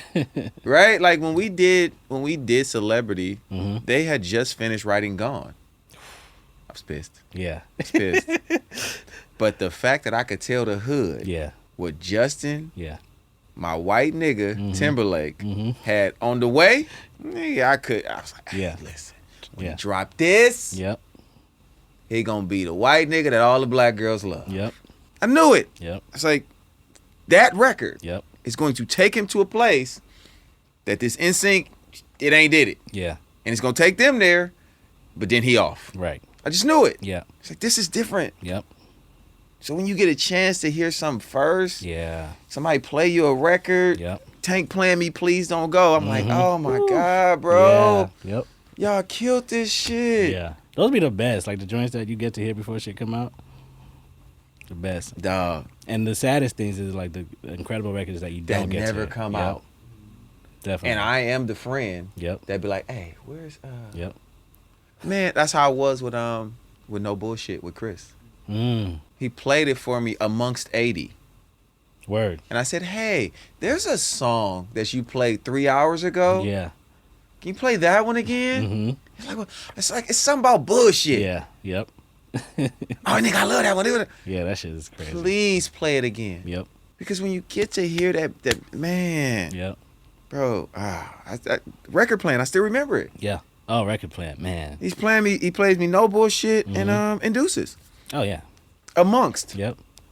the other records. And I'm just like, nigga, those two are, You got an ear, bro. You already know. as Clive would say, those are all timers. Yeah. Right.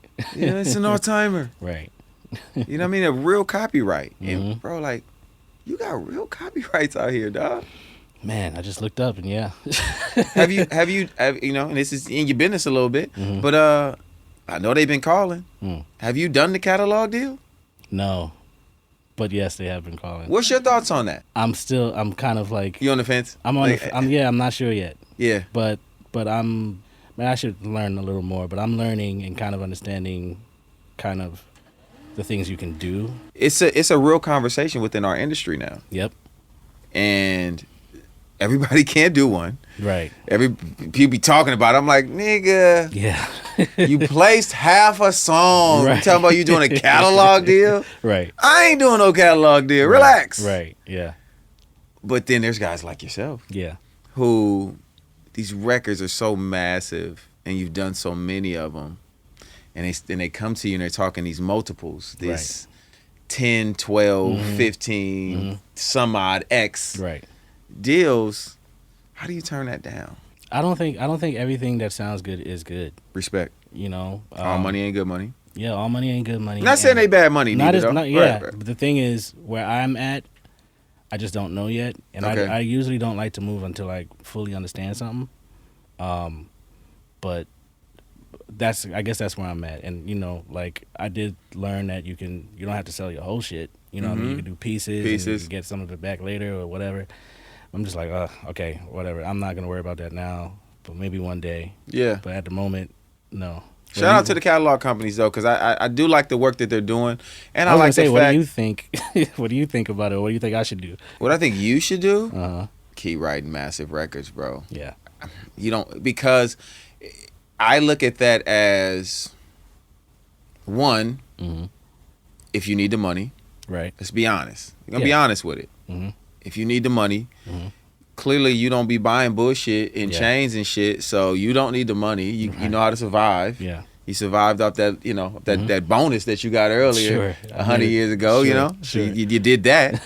You know how to do well with your money. You don't mind living in an apartment if you got to, Facts. right? Yeah. And that's just from the financial literacy side of the music business. People, you know, we do a lot. We do too much at times. Definitely. Right? Definitely. We go beyond our means, and Sure. it puts us in spaces where we have to do those type of deals. So you asking me about you, just the amount I know, I don't think that you need to do it. Right. And I think that as you continue to grow your catalog, it continues to grow, the numbers grow, Exactly. right? And Yeah. if, like, as in anything, if you have a chance to wait, it's gonna probably be greater later. Exactly. Yeah. But I do like the work that they're doing. I really like Harbor View and what they're what they've been doing with people. I just actually went to one of their events that they did because they did the deal with Quincy Jones' estate. Yes. Yeah. And I went to their event, super dope. They throw very fly events, and I like what they're doing. I like and I've had conversations with them about how they do their business. Right. So understanding it more, like you said, there's more than one way to skin the cat. Right. For sure. So, but I do think it's been a great influx of capital within our industry. Yeah. Oh yeah, I agree. And for the people that have been able to, to do those deals that may have needed those funds to either go start another business, get out of some people getting out, get out of the music business, or if it's an estate plan or whatever it is, listen, makes sense. It's banking for us, which we've never truly had real banking within our industry. That's real. It's super upside down if you that advanced quote unquote loan. Yeah, exactly. And the terms of that loan is really bad for us. Yeah. So, they were talking, they've been talking real numbers with the catalog thing. Yeah, you're right. But yeah, so I just, I wanted to ask you about that because everybody's not in position for it to be advantageous for them. Yeah. And for you it is. Yeah. If you wanted to. Yeah. But that's it, bro. This latest Bruno album. Yes. Was it like top secret? We gonna lay low and just and do some cool shit. I'd heard about it a little, but it wasn't loud. Right. And I felt like that was on purpose. Yeah. And I be hearing about everything. Yeah. But it wasn't loud at all. It was like, I know what you're talking about. Bruno got some shit coming. Like, for real? Yeah. Yeah. Yeah. D-Mile ain't working with nobody else right now. Yeah. Or yeah. Right. Philip Lawrence ain't, you know what I'm saying? Yeah, James Fauntleroy is kind of low key. Like, Right. How long was that process? I want to say 3. I mean, if you want to count. 3 years. Yeah, I want to say 3. Wow. Yeah. People taking 3 years to make an album. Yeah. Just to make it. Not even saying between albums, but just saying 3 years to actually focus on it. You can hear it. Sure. Yep. You can hear it, bro. That album is incredible. Thank you, man. Album is incredible. I can breathe now, bro. Yeah. And I'm sure what day they said air tastes different out here. Yeah, right. You in Rancho Cucamonga now. You're in the suburbs now with it. Right. Because y'all debuted at #1. First time for him, and definitely first time for me. But for him, that's crazy. For y'all. Yeah, for both of us. Yes. Once again, bro. Yeah. Is it a new feeling though? Or is it like, I know what this feel like? Like, keep it real with me, dog. It was a little both. Okay. I think it was a little both. I mean, it was just like, shit, we did it again. All right, cool. But yeah, it was familiar, and I was just like, honestly, after working on the Silk Sonic album, and I always tell people, like, working on that, because I didn't know how hard it is to work with him in a good way, but it was draining for me. And shout out to Anderson Paak too. Yes, shout out to Anderson. Guys, shout out my 100%. Fellow Blasian brother. Yes. You know what I mean? We got to stick together. Oh, yeah. So shout out to him because Silk Sonic is incredible. He killed it. Yeah. But that took a lot out of me, just how hard we had to push to even get that. So when we came around to working on this project, it was a lot of kind of the same things, but because I'm used to it, I'm like, I know this is all gonna make sense once it's over, once it's done, once he like sees the movie, once the completion of it. the completion of it, like it's gonna work and he's gonna make sense of it all. And at times where I'm just like, I don't get what he's thinking, or he might not get what I'm thinking, or whatever the heck, and it just all comes together. He just knows how to deliver when it's time. So I trusted it so much more this time. And it was just kind of like going with the flow a lot of the times. And even as far as it coming out, just seeing the result of it, I'm going with the flow of that too. I'm just like, yep, he probably knew that was going to happen, and he knew this was going to happen. You know what I mean? And just like, do you have a #1 meter in your head? No. You can't hear it? No, I don't like to think like that. Okay. Yeah, I. That's probably why God ain't never gave me a hot #1. Right. Hot 100, because I'd be like, yep. Yeah, right. I did it. I know I did it. Wait, it didn't? Right. It didn't? Right. It didn't go hot #1 first. Yeah. Maybe next week it's going to do it. I feel like maybe only once in my life I might have called something a smash. It might have been the Janet song, but I've never really made claims like that again. Yeah.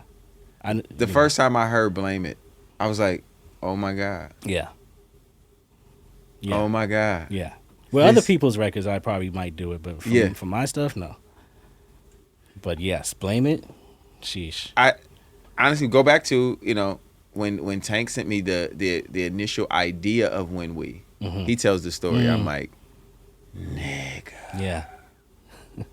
Oh, they gonna sing this. Yeah. Facts. And he like, you don't think it's too? No, it's perfect, bro. It's yeah. Let's take it from there. It's aggressive. It gotta stay aggressive. Yeah, Come on, let's. Yeah. Facts. Yep. Yep. But yeah, bro, what y'all did with that album. And I told Philip when he was on the podcast. Yep. Cha Cha Cha's my favorite record on there. I love that. And it's song. probably because I told you it's a Juvenile sample. Yeah. I'm a hood nigga, man. She working that back. I like it like that. You had to do it. Had to do it. Come on, man. He was like, man, do we give up the money? I'm like, yeah, dog, it's worth it, dog. Let's pay that, man. He did it on with the what's the sample? What's my guy, man? Oh God, I'm tripping too. Gold all in my chain. Yes, exactly. Don't believe me, just watch. Don't believe me, just Trinidad watch. James. You gotta know when it can't be switched. Exactly. Hey man, what they want? Yep. They want 80. Right. Ooh, so we gotta split 20% between four of us.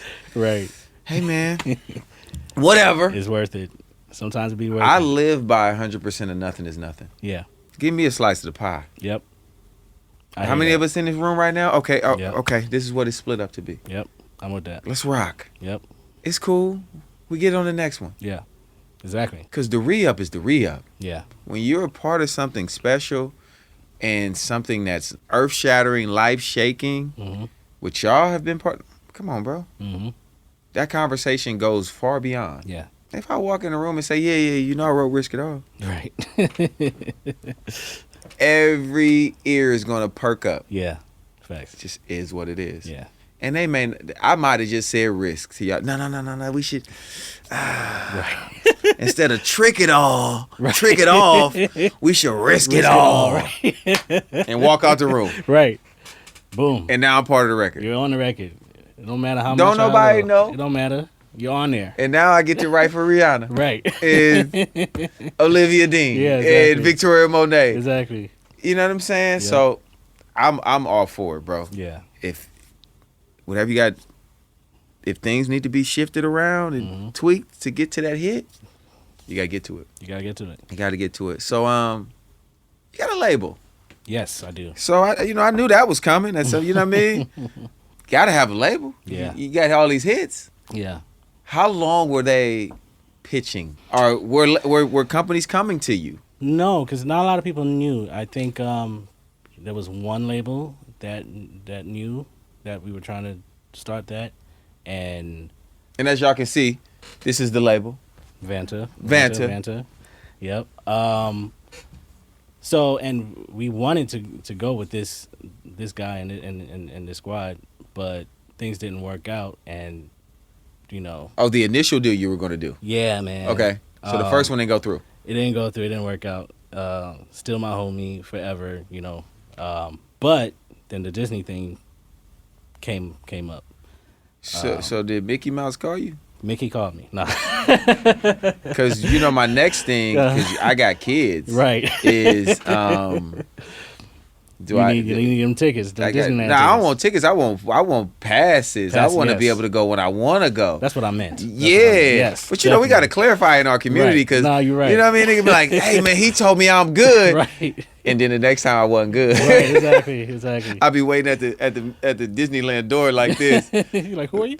No, I talked to D Mal. Right. He said, Mickey said. Wait. So okay. Yeah. You do a deal with Disney. Yep. Please explain. Man, I clearly have never done a deal with Disneyland. So shit. Well, you can't cuss because we talking about Mickey now. I know, yeah. They got the Disney clauses and shit. Well, I ain't signed to Disney, so hey, right. Listen, you Mickey Mouse motherfuckers, let's do this deal. I take it back. Right. Go ahead. Yeah, man, we were just in the process of forming this label together, and word just started getting around. Who's at Disney? Well, they got Disney Music Group that tapped in with you though. Like, give me a little breakdown. Our guy Mio, he's an exec at one of the top guys at Disney Music Group, and I know they focus on soundtracks mainly. They're known for Okay. that and all that stuff. But they also have artists and all that stuff. And But this is not because it's not Hollywood No. Records. Because Hollywood Records was a part of Disney too, correct? Yeah, Am I yeah, right Yeah. with They're this? still around too, I think. Yeah. Okay. Yeah, they are. Because Yeah. they were doing, I want to say like Trevor Jackson, or not even, maybe Yeah, not everybody Trevor, came through there, but like man. all the young, Yeah.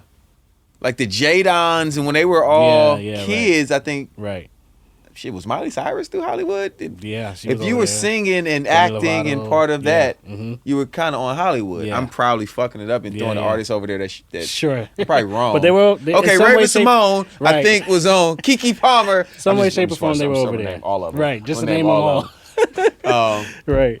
But that was a part of Disney as well, right? Or is a Yeah. part of Disney? Yeah. Okay. They're still there. Okay, But we're a separate you're thing. strictly Disney. Yeah. The Mouse, Yep. Mickey Yeah, and BMG. Minnie, Yep. Donald Duck and them. Yep. All of them. All right, California Adventures. I'm on my way. You know, I've never been to Disney World. Right. You know what I mean? Right. Have you been? Finally, once. Yeah. You went? after this deal. Yeah. Did you had like the Zoom pass and all the cool shit too? Or what? We were just. I don't even remember how I got in. It's one of those. You went when they were I went closed. with people. You went by yourself Right. with the people. With the guys, the top secret guys. Bob and them. Yeah, okay. All right, I gotta meet the people. Yeah. I mean, I Okay. need to go back though, because I only was there for I was only able to get on one ride, and I had to fly back out here. See, this is what happens Yeah. when you're too big time. The doors start opening up. You think they're never going to close, so you just go on one ride and then you leave. Right. Man, you better take your ass back to Disneyland, get on every ride 2 or 3 times, Yep. and enjoy this I shit. know. I had a flight to catch. Man, that flight could have where I'd have been. I know, right? I'm going back though. I'm going back for sure. Vanta/Disney. Yeah. Yep, the bag. Yep. That's the bag. Yep. A lot of great opportunities. you And know. is Disney self-distributing or They're distributed under Universal. okay? So it's Yeah. under the Universal Group. Yeah. Yeah. So Okay. anything that comes out and ultimately goes through them. But So tell me about these amazing artists that you're signing. yes, I have 3 Since at now the you're moment. Barry Gordy. Right, since Come on, Barry Gordy. Like, how did that happen? But yes, I have 3 artists now. One named Rude Cat. Okay. He's like alternative. Like he's dark skinned brother, super dope. I love his mind and all of that. And actually, another artist introduced me to him. And then I have Samara Sin, Okay. who's a rapper who's doing her thing right now. She's super talented, and for somebody who's been only doing it for like a few years, she's made it. It's starting. It's started. Man. Okay. It's making starting moves. to tab. Yeah. People starting to hear about it. Oh man, what? Okay. And then And then we got somebody in the building. yes, Come on, man. Come on. Dude. pull up. Come on. Do your introductions, man. Come on. Ladies and gentlemen. I'm turning you into a 90s executive. I know, right? I'll turn you to the you know what I mean? This is how this shit used to get Right. cracking. Facts. Yeah, so then Yeah. this is my new artist and we doing it. Exactly. Come on, dog. Come on. Who we got pulling up, man? We got Because the beautiful India Shawn. come on, India Shawn. I need a longer introduction than that. What's going on? What's What's up, y'all? How you doing? I'm good. good to Enjoying see this you. conversation. I got this man to talk. Can you believe that? Right. Yeah, On camera. I know. He's doing a good job. Thank you. You did a good job, Barry Gordy. Right.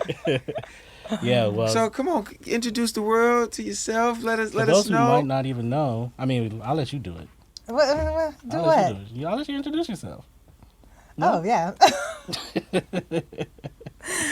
I'm India Shawn, singer-songwriter, Los Angeles, California native, Yeah, but yeah. I also rep the ATL. Oh, both. Yes, Okay. I all right, gotta rep all right. both. And I'm a Vanta artist. Yes. Yes. Clap for that. So, when can we expect some music? I mean, there's a lot of music out there No, I'm talking already. about I'm talking about why you here today. Okay, Come on. okay. But you can tell about the music that's out too. But I'm like, let's get into what well, they. I just dropped Rain on Me. Yes. And the EP is here, subject to change. And that this means is, is it gonna be change in it, or it is what it is? Because the the title date, makes it seem like now you the might date change has it up. changed a lot. Yeah. but, Okay, all right. No, it's here. It's set now. Yeah. But yeah. you got this other record Okay. that I heard. Yes. Okay. That I'm very excited about. Mm. And I don't get very excited very much. Okay. You know, I have my moments. This Marmalade record. The men love that one. It's so I really funny. like that record. Okay. I really, Thank really you. like that record. It's fun. It's a good time. That's what we need, right? It's like pop soul Okay. Right. Love that. Pop To me. soul. Yes. to Yeah. me. Love It's that. just my Yeah. own, and Yeah. It It has take a little from it. disco vibe to it. Yeah. That is Pop poppy soul. to me. Okay. Yeah, it's, Yeah. you know what I mean. Like Yeah. it absolutely could have roller skate to it if I could roller skate. Right. I'm not Right. very good at it. I Right. ain't gonna lie to you. I roller skate like I'm on a skateboard. Right. My left foot stay down, Yeah. and I just be kicking my right. Okay. I totally get that. And then when I hit the Definitely. corner, I just do like this. Yep. I don't move, so it just Okay. it takes me. Right. Okay. I think they have accessories for that. No, You can like. I wish I would. I wish I would be in there with a roller skating walker. right. Not the Valentine. I already look crazy enough doing the one leg, but I figured out how to make it look cool. Right, Figured out right. how to make it look cool. But Right. that song is a standout to me. it's, I really like thank that record. you. I really Thank like you. that record. Really, really do. So tell me about your journey to get here. To get here today. What a journey it's been. Yes, because we met on that journey. Yeah, We met somewhere on that along the journey. way. Yes. Somewhere Yeah. along the way. When you were in full songwriter mode. Yes. Yeah, probably. Yeah. Mhm. You were locked into the, songs for other people. It was a short stint, but I gave my best effort. What pushed you into that space where it was more of, okay, I'm going to focus on being a songwriter? Yeah. So I think I just saw the potential for earnings. Okay, come on. We got to get to the coin. Be real. We got to get to the coin. We need. I don't know if y'all probably can't see her boots because we shooting up here. Yeah. But listen, boots ain't free, and they are made for walking. Right. Yeah, I mean, honestly, I was having fun at the time. I was riding with my sister and a friend of ours, Keisha. Shout out to y'all.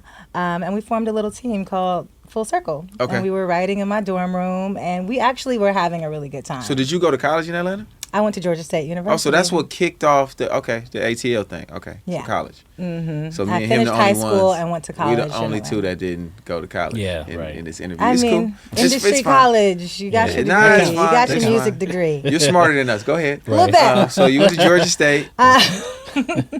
Yeah, I went to Georgia State. I actually dropped out when I did my publishing deal. Okay, you ain't smarter than us then. But I went back. No, I went back Right. and I got my degree. I Okay. mean, shit, I dropped out of high school, whatever. Yeah. I was like, this is not for me. Right. He said, no. All you teachers, I'll be back. Right. Right. That's hilarious. So you go back. Yes. Get your degree. I did go back and finish. But in between, I had come back to LA and I was doing the writing thing, that rat race of just trying to get placements and Yeah. living in the studio and literally Yeah. record plant We've all been there. Mm-hmm.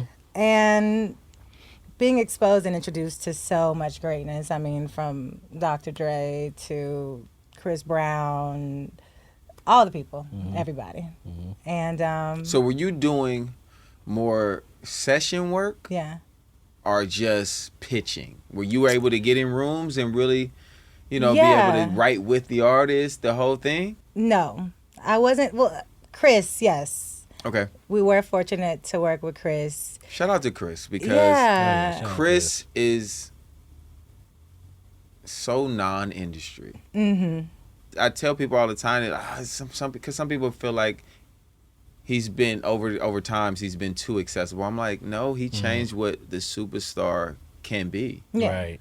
You can be an accessible superstar, Mm-hmm. especially if you're Chris Brown. Right. You know what I mean? Chris Brown got features with people that probably he shouldn't have. Right. They probably Yeah. whatever. Yeah. Facts. Shit, you can say I might be one of them. That's But- hilarious. Yeah. The fact though, like you said, y'all was trying to get in the studio with Yeah. people Mm-hmm. and being able to get in the studio with a top guy, if not the top guy. Yeah. That's not normal. Yeah. Yeah. You know what I mean? And there's so many people who have that story of, oh man, Chris Brown let me in the studio. Yeah. Right. It was definitely my proximity to the producers that I was working with at that time.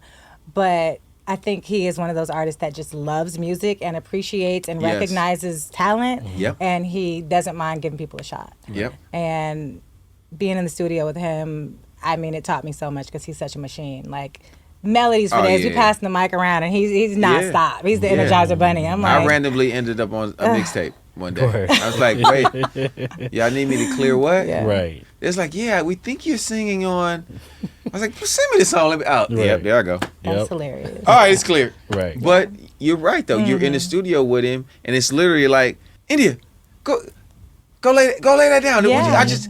Yeah. What you was just humming over here. Yep. He literally operates like that. Yep. Yeah. Amazing, Yeah. amazing. So you're writing. You're in with Chris Brown. You're making your rounds around L.A., Atlanta. Yeah. What made you say these songs need to be for me?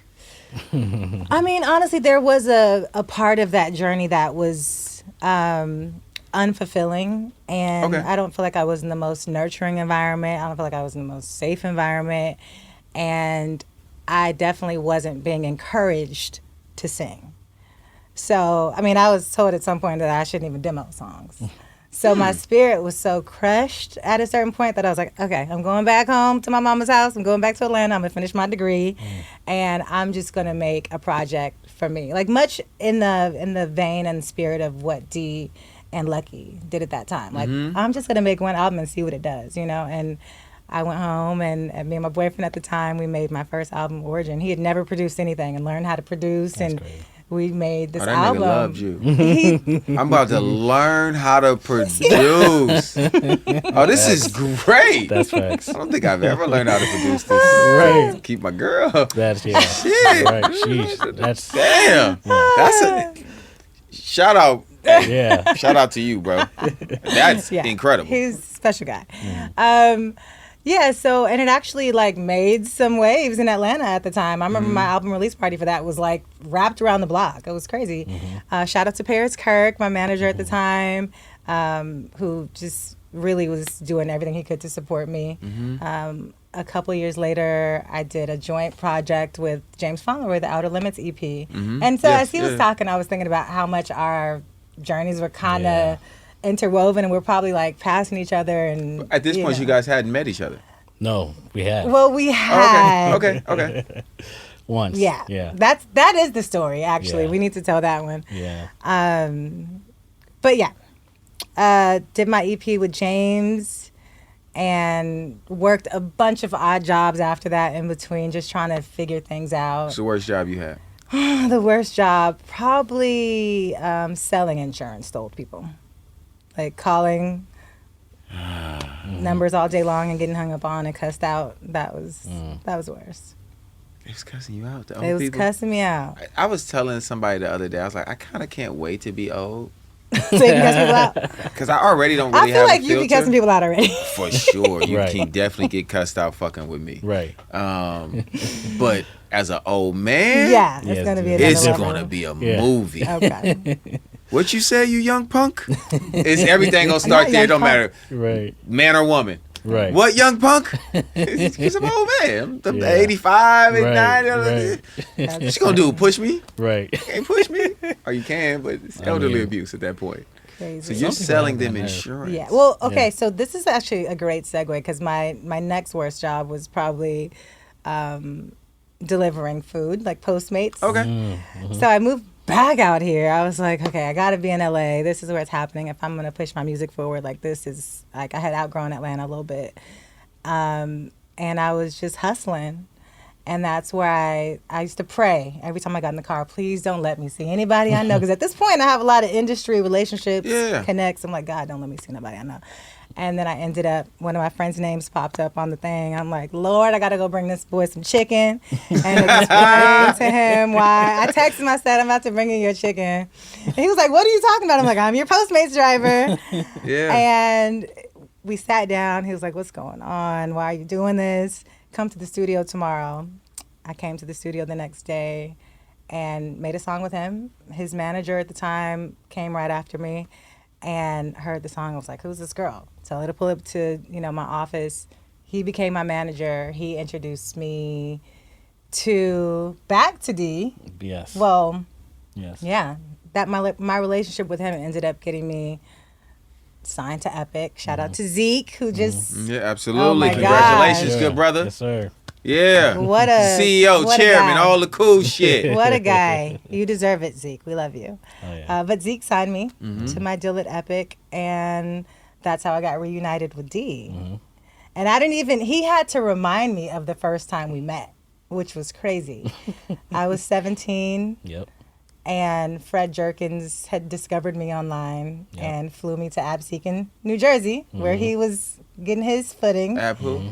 Absecon. Yeah. Okay. I've never, as you can tell, I've never been to Absecon. Yeah. That's somewhere It's like out the there. middle I was of never nowhere, seeking right? abs in New Somewhere around Jersey. the city, right. Okay, go ahead. Please proceed.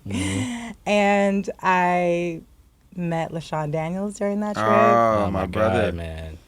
That's We Oh, love you, my brother. LaShawn. Man. And he vocal produced me, and I demoed one of his songs there, and it was just the most beautiful trip until It's all, oh, shit. I had to audition basically for Rodney Everybody. and everybody. Yeah. The Burchett sisters who were there at the Yeah. time, amazing songwriters. And then D was in the room. I didn't even know, I was in there. but he was there, Yeah. and I had to sing in front of What everyone. was the song? I had a song called Little Sister that I would murder this song. Was, Wait, I think that was the song that I sang. no. Let's stay there. Right. Stay there. Little sister. Yeah. Are you singing about being a little sister? I was Are you singing to singing- my little sister. Are you singing to your little yeah, sister? like it was like Okay. a very like comforting song. At the time, I don't know, it was working for me. No, I'm not. I'm just asking. But I started the song way too high. And then when I got to the high part, I just collapsed. Had I was nowhere to like, go. "Ah." Yeah. Fell Very off the cliff. dramatically. Fell off the cliff. And so everybody had to go around the room and say what they thought about my performance. Oh shit. Yeah. And Were the church niggas mean? that's so funny that you said church niggas, because they were like, you need to sing a gospel song next time, and you need to. That was like most of the feedback. See, What you did you didn't- say? I feel like, I don't remember, but I feel like I just said something quick, like, yeah, I liked it. Like, I'm sure I didn't go into no detail with you. I actually thought, yeah, I'm sure I didn't. Yeah. But yeah, I do remember that. Definitely. But Yeah. 15 years later, or Back, did a whole project together when she was at Epic. Before we go deeper. And then, it just kind of made sense to, like, our friendship, our working relationship has been great. Yeah. So I was just like, I definitely want to still work with you. But also, starting a label, it kind What of you made trying to sense. The stars aligned, the timing went, you know what I mean? And it just made sense, So it made can it I happen. ask who you delivered the chicken to? Oh, I back to the chicken. I just wanted to now, know. where was it from? Was How it? the chicken led to get the chicken? That's so funny. That's a good question. My friend Britton Newville, shout out to him, Shout out. phenomenal songwriter. Yeah. You just mentioned Olivia Dean. He, has worked with her and so many other people. And he wrote Cali Love with me and D. Shout out to Britton. Shout out to Britain who needed some chicken, and if you didn't, It's crazy how it all works together. we don't meet Mickey Mouse if Man, Yeah, right, exactly. if you don't need chicken. I had to deliver that chicken that night. Right.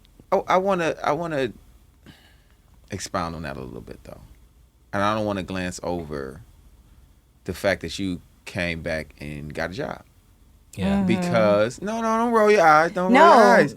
Because But even with a degree, with the degree, yeah. right? Like life is life. Mm-hmm. And I say that, and I said don't roll your eyes because so many of us in this industry get caught up thinking we can't work. Right. Yeah. We can't have a job outside of working Yeah. within the industry. And I just want to highlight that and tell you that I commend you Thank you. for that, for putting your ego to the side. 'Cause that's all it Yeah. is. Yep. Yeah. All it is ego for all of us. However we present or project or whatever you want to call it, a lot of times it's just ego getting in the way of like, I gotta eat. Yeah. I gotta take care of myself, and I gotta take care of myself to get to the points that I'm trying to get to without having to do things that are against my morals. Right. Because having a job ain't against your morals. Yeah. Some of these other things that people are doing are against morals Yeah. and their moral compass. And sometimes when they don't like how that played out, now that's somebody else's fault. Right. Instead of get your ass a job. Right. Yeah. And that's why I said I wanted to highlight that and commend you for that, and tell you that I got the utmost respect for you Thank you. for doing that, because 95% of the artists, the producer, the creatives would have starved Yep. Yeah. or done something that maybe they weren't proud of Yep. instead of getting a job. Yeah. Right. I never wanted to have the struggling artist storyline where I'm like sleeping out of my car. Like that would never, that never appealed to me. It's like I want to be able to eat Yeah. and afford my show clothes and whatever else. So I hustled. Yeah. You were your investor. You were investing in yourself. Right. What'd you get your degree in? Sociology and nonprofit because I was trying to change the world and Come stuff. on, change the world. That's why we doing songs called Little Sister. Right. Because we want to motivate the baby thugs. You know? I see what you was doing. Listen, I tell you I be doing this. I be figuring it out. I'm like, oh, that's you why. be piecing it together. What? From the chickens to the Listen, because sometimes you got to deliver the chicken to get to the chicken. Yeah. So now that we're here Yeah. and we're getting to the chicken, Yeah. right? Subject to change. Marmalade. Rain on Me. all of them. How does it feel to be in this space now and doing your project, signed to a major label, signed to one of my favorite producers in the world, Yeah. Craig? How does that feel for you now to have that, that moment? I mean, I think it's the greatest stamp of approval. And I think with all of the ups and downs and discouragements, I mean, who better to validate me and give me an opportunity than the greatest, Yeah. the GOAT, my favorite producer, and such a great person, So I feel extremely grateful, and I feel like I need to show up in every possible way to maximize this opportunity, make the best songs I can make, have the best energy I can have when I walk into a room, and just like give my all to this opportunity because it's been a long journey. Yeah. What do you see for yourself? I Come on. see Come on. hit songs. Come on. Come on. I see some of them Grammys and Oscars. You should like steal one. Every Yeah, now just and borrow then. one just for the manifestation of it all. Just steal it. Steal it. Just keep it. And just Keep it. I won't look. he won't even know it's gone. So generous. Just put it by. You know what? Put it on your nightstand. Right. And just look at it. Yeah. Right. No, I a good never. idea. I never forget Right. being at David Foster's house, and he was using one as a paperweight. It's a That's flex, crazy. by the way. Nice flex. David Foster. Linda invited me, bro. Yep. I mean, I was young. I was writing some cool records, Yeah. and she was like, Yeah. "You think you can write those records with me and David?" Hell yeah! Hell Invite me over. Right? Sheesh. Using it as a Crazy. paperweight. Yeah. It's possible to do so much that sometimes it's just holding down the paper. That was poetry. This shit is, the opportunities that we get in this Yeah. is it's as endless as we want it to be. Yeah. So to see you now, Yeah. same girl I saw writing for other people, and now you being able to write those songs for yourself is really cool. Yeah. And this is one of my favorite parts of the music business. Yeah. Everybody has their stories. Everybody has the horror of it all. I don't. I don't, because I get to see this, Right. and I get to see people be, put in a spotlight. And now I've been able to create something with my business partner that magnifies that light. Yeah. Yep. So I'm thankful. Definitely. And I'm thankful for y'all even being here and for, You're thankful for you, man. being able to pull up to y'all studio Yeah, and hang out with y'all and talk about the journey Yeah.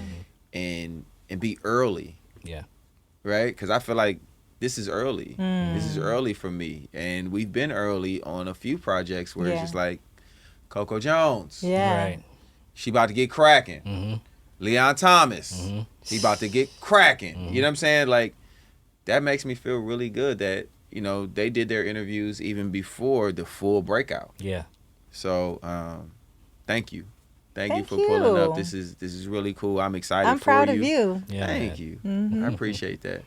Just trying to be the king of the pivot. You know what I mean? Without traveling. You know what I mean? Right. Keep that foot down that and foot- yeah, keep that right one. You know what I mean? That right one gonna Yep. keep me. It's gonna skateboard me to Yes, where I sir. gotta go. Right. But this is really cool to see that you guys now have this label.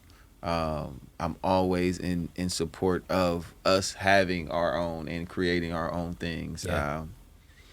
And talking to the LA Reeds of the world and Babyface and Snoop and label owners, people who've done their thing at a very high level. It's Ty Dolla $ign. Yeah. Like Ty Same was on thing, here yep. talking about Yep. his label now. Yep. Him and Insane. Sean Barron. You know what I'm Yep. saying? Like, it's incredible Yep. that we're in those positions now. And I would love to look up 10 years from now. You're like, oh yeah, Jay, so I'm gonna come on and I'm gonna bring my new artist. Yeah. Right. Yep. So what we're supposed to do. Yep. We're supposed to be able to give back. We're supposed to be able to reach back to our people. And I think you have been a testament of that, an example of that, of the artists that you've worked with. And Yeah, man. if it's Lucky Daye, if it's Victoria Monet, if it's India Shawn, artists that maybe some people in the industry knew already. Yeah. They were just all my real friends in the industry. Come on with helping Like, your friends. Right? I gotta figure out some shit for you to help me with. I'm a friend. Where's my Haitian patties at? That should be man? here by now. You promised me some Haitian Yeah, I patties, know. man. That's on me, but I think Now, I think see, we got you. now I think gotta we get got you. controversial. So, are you better than Wyclef? who's the king Man, he's of the man, Haitian dog. producers? Oh, he's the man. Can you compare? I Look don't at me know. starting shit. Would you do a versus against Oh against my God. Wyclef? I don't know. Wow. Well, actually, I don't know. That's a thought. I don't know. The Haitian verses would be That would be crazy. hilarious. That would go up though. You think? What? It would That go. would be He hilarious. come out with his guitar. You and your daddy come out. Then he bring out Jerry Wonder, and he got the family verses. He wins, man. He wins. I mean, I got- have some you hints. got You some bring out jams, Bruno, bro. no, I'm saying. Right. You got jams, That's bro. true. But man, he did the Fugees. The Fugees. Yeah. He had his own solo shit. Someone please call 911. Come on, what are we talking about? Ah, he got the Santana joint. Oh my God. City High. I was just thinking about Claudette Ortiz. You Yeah. might get your ass what I'm saying. kicked, bro. Yeah. Hey, I'm I would just be might good, have set you though. up I'm to saying get. it here. I might have Like- set you up to get whooped, bro. I'm not even gonna even say nothing else. Like Yeah. I already know. Wyclef. You know I'm waiting for you to get in the hot seat, bro. We Word, talked. We word. talked. This is egging you on. I'm talking shit. Pull up. So, Tiki, what you got for me, man? You got any cool shit, man? Top 5. Yeah. Your top 5. Come on, sing it to him, Tiki. Top 5. Your top 5. R&B singers.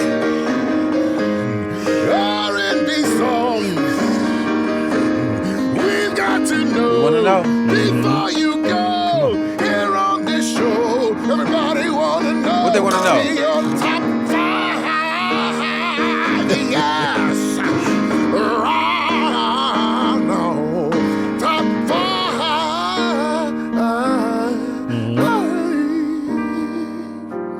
Your top 5. Yeah. Boy, good. So we had this special part of the show where you tell us, yep, he's still going. Not the bending. Yeah, Oh my God. he gonna do That's his bending knee at the end. Right. Will you tell us your top 5 R&B singers and your top 5 R&B songs? We want to know. Which one do I go with It's first? the- Either one? Let's go singers. Let's go singers. I feel like that's tougher. All right. Okay, fuck it. Songs. No. You're songwriter. Okay. Let's go songs. I gotta say Usher. I'm trying to think which song. See, now you done found the artist. Yeah. For me, I love Superstar. Superstar's amazing. It's so good. It's amazing. And you worked with Usher. Yes, I did. I wish I did something on the Confessions album, but Don't we all? I was too young. Don't we all know I was old enough, but Right. I didn't make it. All right, let's go with that. So Superstar. Superstar. Okay. Anita Baker. Okay. Sweet Love. You know, Kev on stage didn't know who Anita Baker was until like a couple years There's ago. no way. Yeah. You know, I'm These still young taking niggas. I'm No. still taking shots at you, Kev. Church nigga. He's a church nigga too, but he know who Oh, bro. Anita Baker is Right. and Sweet Love. Right. So, okay, so Sweet Love. Yeah, just because I grew up on that, like that's what my mom used to listen to her nonstop. Mm-hmm. Sade was another one. Pick one of hers. Shit, anyone. No, you pick. I know. I'm just It's saying, just- anyone is good. It's your 5. It is. D Mile. Okay. It's not D Mile Valentine's I know. top 5. I was talking to them, not you. All right, Darkchild. I got my one. I'm just trying to save it and Oh, get there. you trying to save? Yeah, I This got my nigga here. one. We playing spades? He's trying to hold the big joker. Yeah, right. All right, okay. Man, I'm on the spot. I can't think of nothing. Let me see. Gone was, you know what? No, that's pop though. Listen, that is not pop. No, I was gonna say celebrity. You can say something. No, shit, you wild. Now that, which is funny because I hate that song. I actually hate Celebrity. I'm such a huge Justin Timberlake fan. First off, so I feel like I gotta throw him in there. Gone is so good, but man, his first two Justified? albums, yeah, Justified, and honestly, Future Sex Love Sound. I feel like that Yeah. changed my whole life. So I want to throw something in there. Till the End of Time. There it is. Yep. Till the End of Time is one of them. In this life. Yeah. And there's so many more. So this is like the top 5 is kind of hard for me. I'm not good at this. So if anybody mad at my top 5, F It's y'all. yours. Exactly. Write enough records, and you come on here and do your top 5. Right, exactly. Right now, it's D Miles top 5. Right. Okay, I'm listening. Oh my God, Earth, Wind, and Fire. Yes. Come on. Come on. Earth, Wind, and Fire. Mm-hmm. Which one do I pick? Which Fucking one? Which? Come on. You're a Reasons. musician. Reasons. Reasons that we're here. Yep. But damn, I could have done some Stevie. Like this, 5 is not enough. You But have let's go. 4. So you, Yeah, that's 4. And then what's the big joker? The Joker for me is Michael Jackson, Human Nature. Okay. Get no art. Like, Hands listen, down. I don't know how many times you've seen this show, but Yeah. I'm fighting That's the people common over, one, right? over Michael Is it? Jackson. Yeah. Common? No, I don't think it's common, but Yeah. it's definitely being used. Okay. But it's a lot of Michael Jackson records that people, Yeah. you know. Yeah. For me, and I'm mad I didn't name Prince. Oh my Come God. on, what you got? What you got? The first 2 songs, so I'm going to say this. I was tripping as a kid. I did not like Prince. I don't know what the fuck I was thinking. But I had this guy. I mean, he and it was naked on a horse. As a kid, you'd be like, I don't know. I had this guy that he was an engineer. He was, I think he's still around. Pat Viala, who put me on to 2 songs I did not even know from him, and that was Ballad of Dorothy Parker and If I Was Your Girlfriend. I was like 13, 14 when I heard him for the first That's a time. wild record to hear. Right, and then his version of How Come You Don't Call Me, because I'm a huge Alicia Keys fan, Mm-hmm. and I heard her version. I didn't even realize it was really his song. You know what I mean?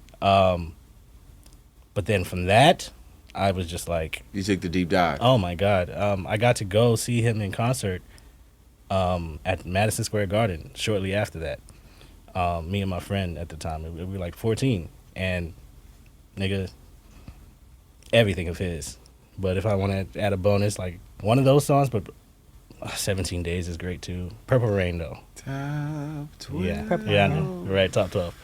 But Human Nature, I just feel like when I hear that song, I feel like that shit came from heaven. Like they didn't, they weren't in the studio. Yeah. They didn't fucking like, Toto was in it. It like, makes you smile. Yeah. It makes you smile. It just sounded like it just happened. Mm-hmm. And I don't think I've ever heard another record that felt like that to me. Yeah. That's crazy. Yeah. Because you have records that make people feel that way. Well, I'm glad. But for me, Yeah. Nah, that that's is dope. Yeah. All right. yeah. And Quincy is my favorite producer of all time. Top 5 singers. Singers. Because I let you do it backwards. So usually it's top 5 singers, top 5 songs, but you went songs first. Yeah. Your songs guy. Whitney Houston. Mariah Carey. Okay, we're getting right to it. It doesn't matter if it's old or new, right? Nope. Because I want to throw Whoever. I want to throw Jasmine Sullivan in Oh, there, come man. on. Why not? Have to. What? My favorite. I love her. Should I put Aretha in there? Aretha Franklin? If you like. Mm-hmm. Oh, Donny Hathaway. That's a cold 5. Yeah. Mm-hmm. That is a cold 5. Donny Hathaway, bruh. I like it. No arguments from me. Yay. Now, Mhm. your Voltron. Oh, yeah. Where you build the ultimate R&B superstar. Mhm. You taking the vocals, Yep. performance Mm-hmm. style, the styling, the clothes, the drip, and the passion. So those 4 elements Yeah. that make this super R&B unicorn icon. Right. Who gonna sing? I'm thinking like super R&B, but I want a poppy kind of voice too. Come on. We That can reach the world. who got the royal voice? I mean, Michael did it, so I'll go with Michael. Michael Jackson, Mm-hmm. Tito little brother, Right. singing the song, Right. performance style. Michael, I'm just kidding. Yeah, I mean, honestly, but I was gonna say a mix of Michael, Chris, and Usher.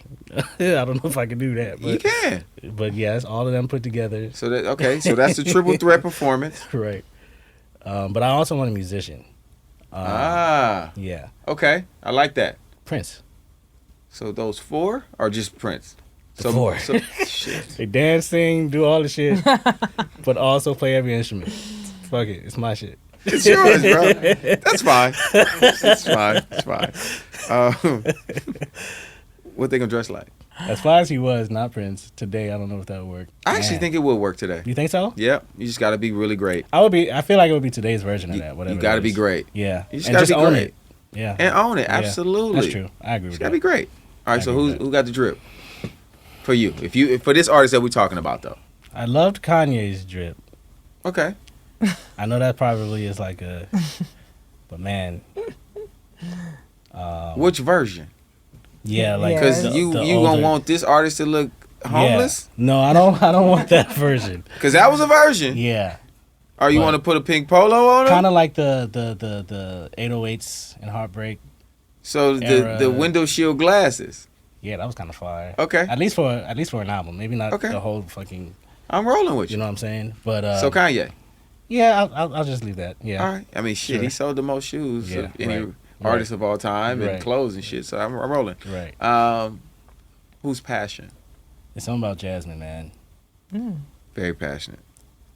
I You feel do. like even with like how her acrobatics and everything that she does, I don't think she's doing it to show off. No, I think it's- she's doing it because it's really coming from her heart. What comes out. Exactly. I agree with you, bro. So yeah, if that makes sense, maybe I'll put her there. And I'm gonna throw a curveball at you. hmm Who producing this artist? Me. Well, I guess it ain't a No, I'm curveball. kidding. I'm producing. As you should. Yeah. As you should. Yeah. I think he gets some hit records out of that. Right. I believe in you. Right. I think Michael's voice and your production, Right. and Maybe. Jasmine's hear it. passion, You and know. the mixture of the 12 niggas that's performing. Yeah. He Yeah. mixed a lot of people. Yeah. It was a lot. I don't know about the window shield glasses for this artist. I don't know, but That was a Kanye, curve. That was a curve. Kanye is the guy, so Right. I have no argument out of me. All right. Tiki, what else we got? saying no names. I ain't saying no names. I ain't saying no names. I ain't saying no name. We was. Get that story Who you is, what you did. Don't say shit. I ain't saying no name.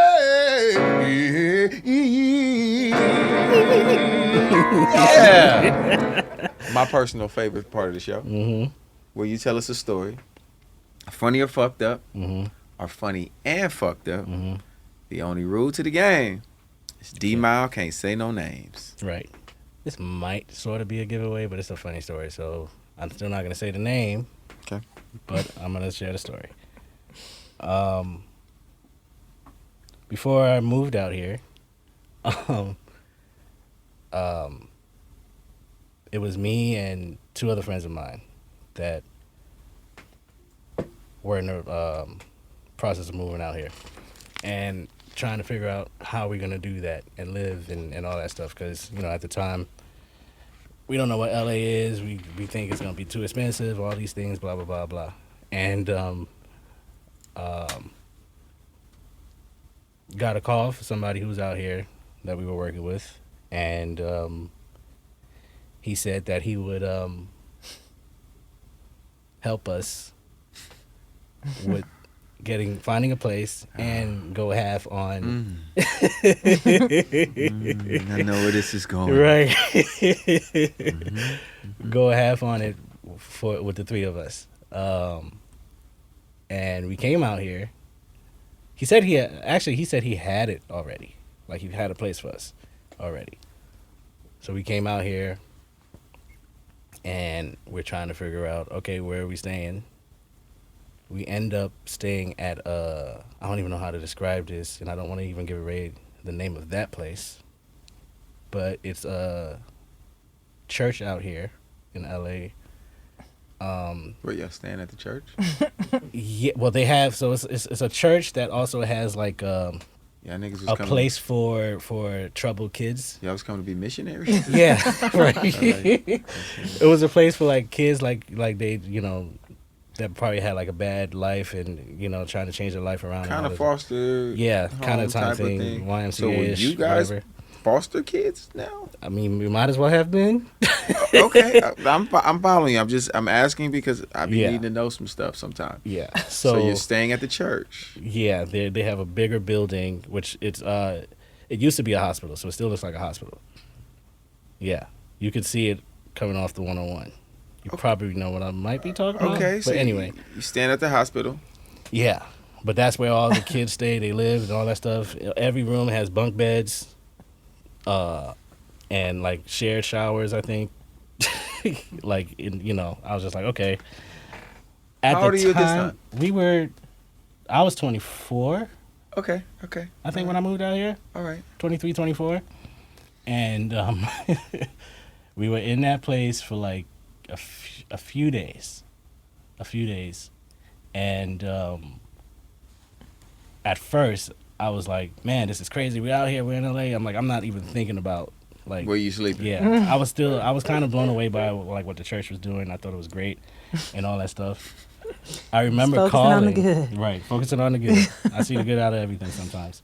I remember calling my partners back home, Brother Shawn and Brother Colin, and kind of telling him like where we at and how, you know, how it's been so far.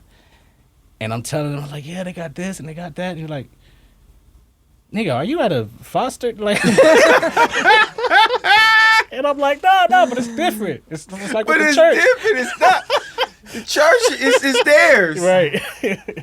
So I'm like, after thinking about it, and I was mad at them at first, and I'm like, damn, they don't get it, man. They don't get it.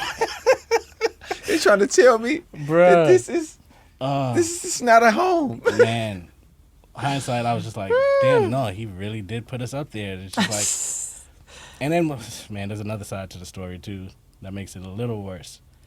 So one of us, out of the three of us that moved out there, was not, for whatever reason, allowed to stay with us.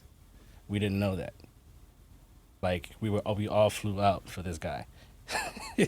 Okay. But this one dude, I guess because he was like newer on the squad or whatever, he there was some weirdness going on over there. But we were like, yo, just come with us. Just stay with us. I mean, it makes sense. We all going to the same place. We all out here for the same reasons. Yeah.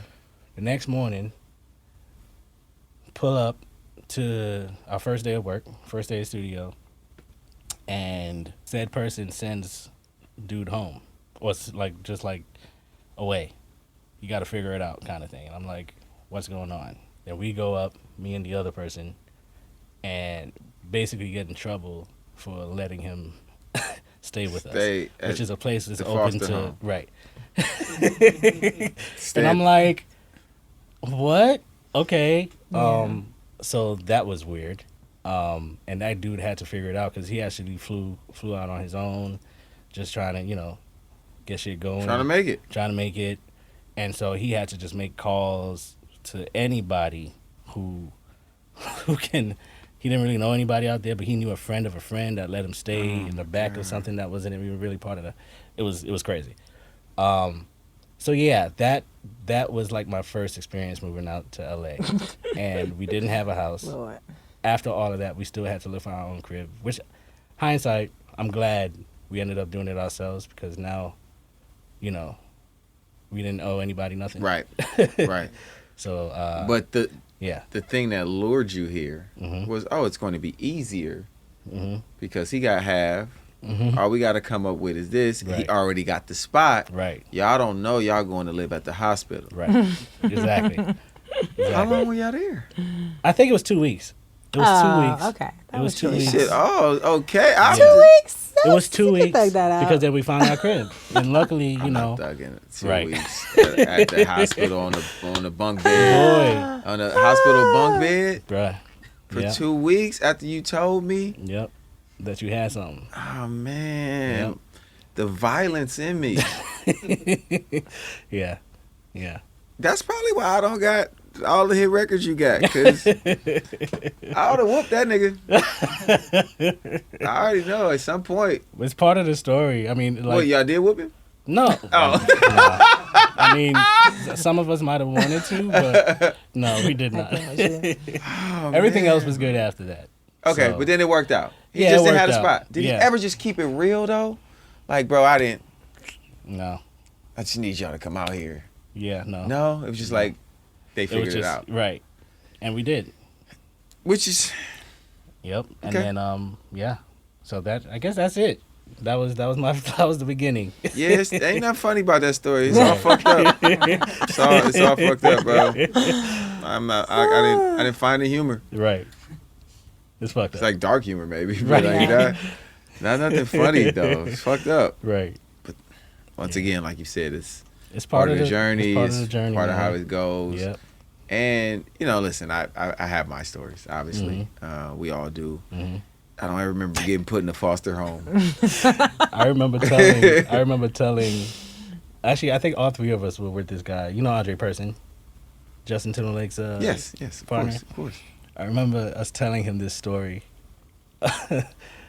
And we were at the studio. I forgot what we were there for, but we were just kicking it with him, and we telling him like our whole thing, and the way he just started laughing at us and joking about it. And then you know what he compared us to? You remember that commercial with the dogs? In the arms of an angel. Bro. Oh, that's cold. I wanted to be mad, but the shit was so funny that we all just started dying laughing. And I was just like, yo, these niggas definitely just compared us to some lost dogs and shit. The roads that lead to success, bro. It's different. And now we're all, we're still out, well, one of us lives in Vegas, but, we're all doing something. Yeah. We're all doing something today. Man. The other guy, that wasn't allowed in the foster home. He got cracking too. A lot of TV stuff now. Oh, that's dope. Yeah, man. That's dope, Killing it. man. Yeah, I'm man. glad to hear y'all survived, man. Yeah, and we we didn't made hear it. about y'all on the first For sure. 48. Right. Because some first 48-ish shit Yeah. going on, man. Right. It's tough. Yeah, man. Nah, but, bro, thank you. Mm-hmm. Thank you for your man. contributions to the game. Yeah. One. You know what I'm saying? Like, for real. Thank you, man. Like, and it's not taken lightly at all. And I think at times in our industry, And as we have successes, and sometimes when we have multiple things that are happening for us, we forget to look and say, damn, this is cool. Yeah. You know, so I hope today made you look at it like, bro, this is cool. Because maybe some things popped up in your head, whatever, you know what I mean? Like For what we get to do is really cool. Definitely. And to reach the levels you've reached is not everybody get to see that, bro. Yeah.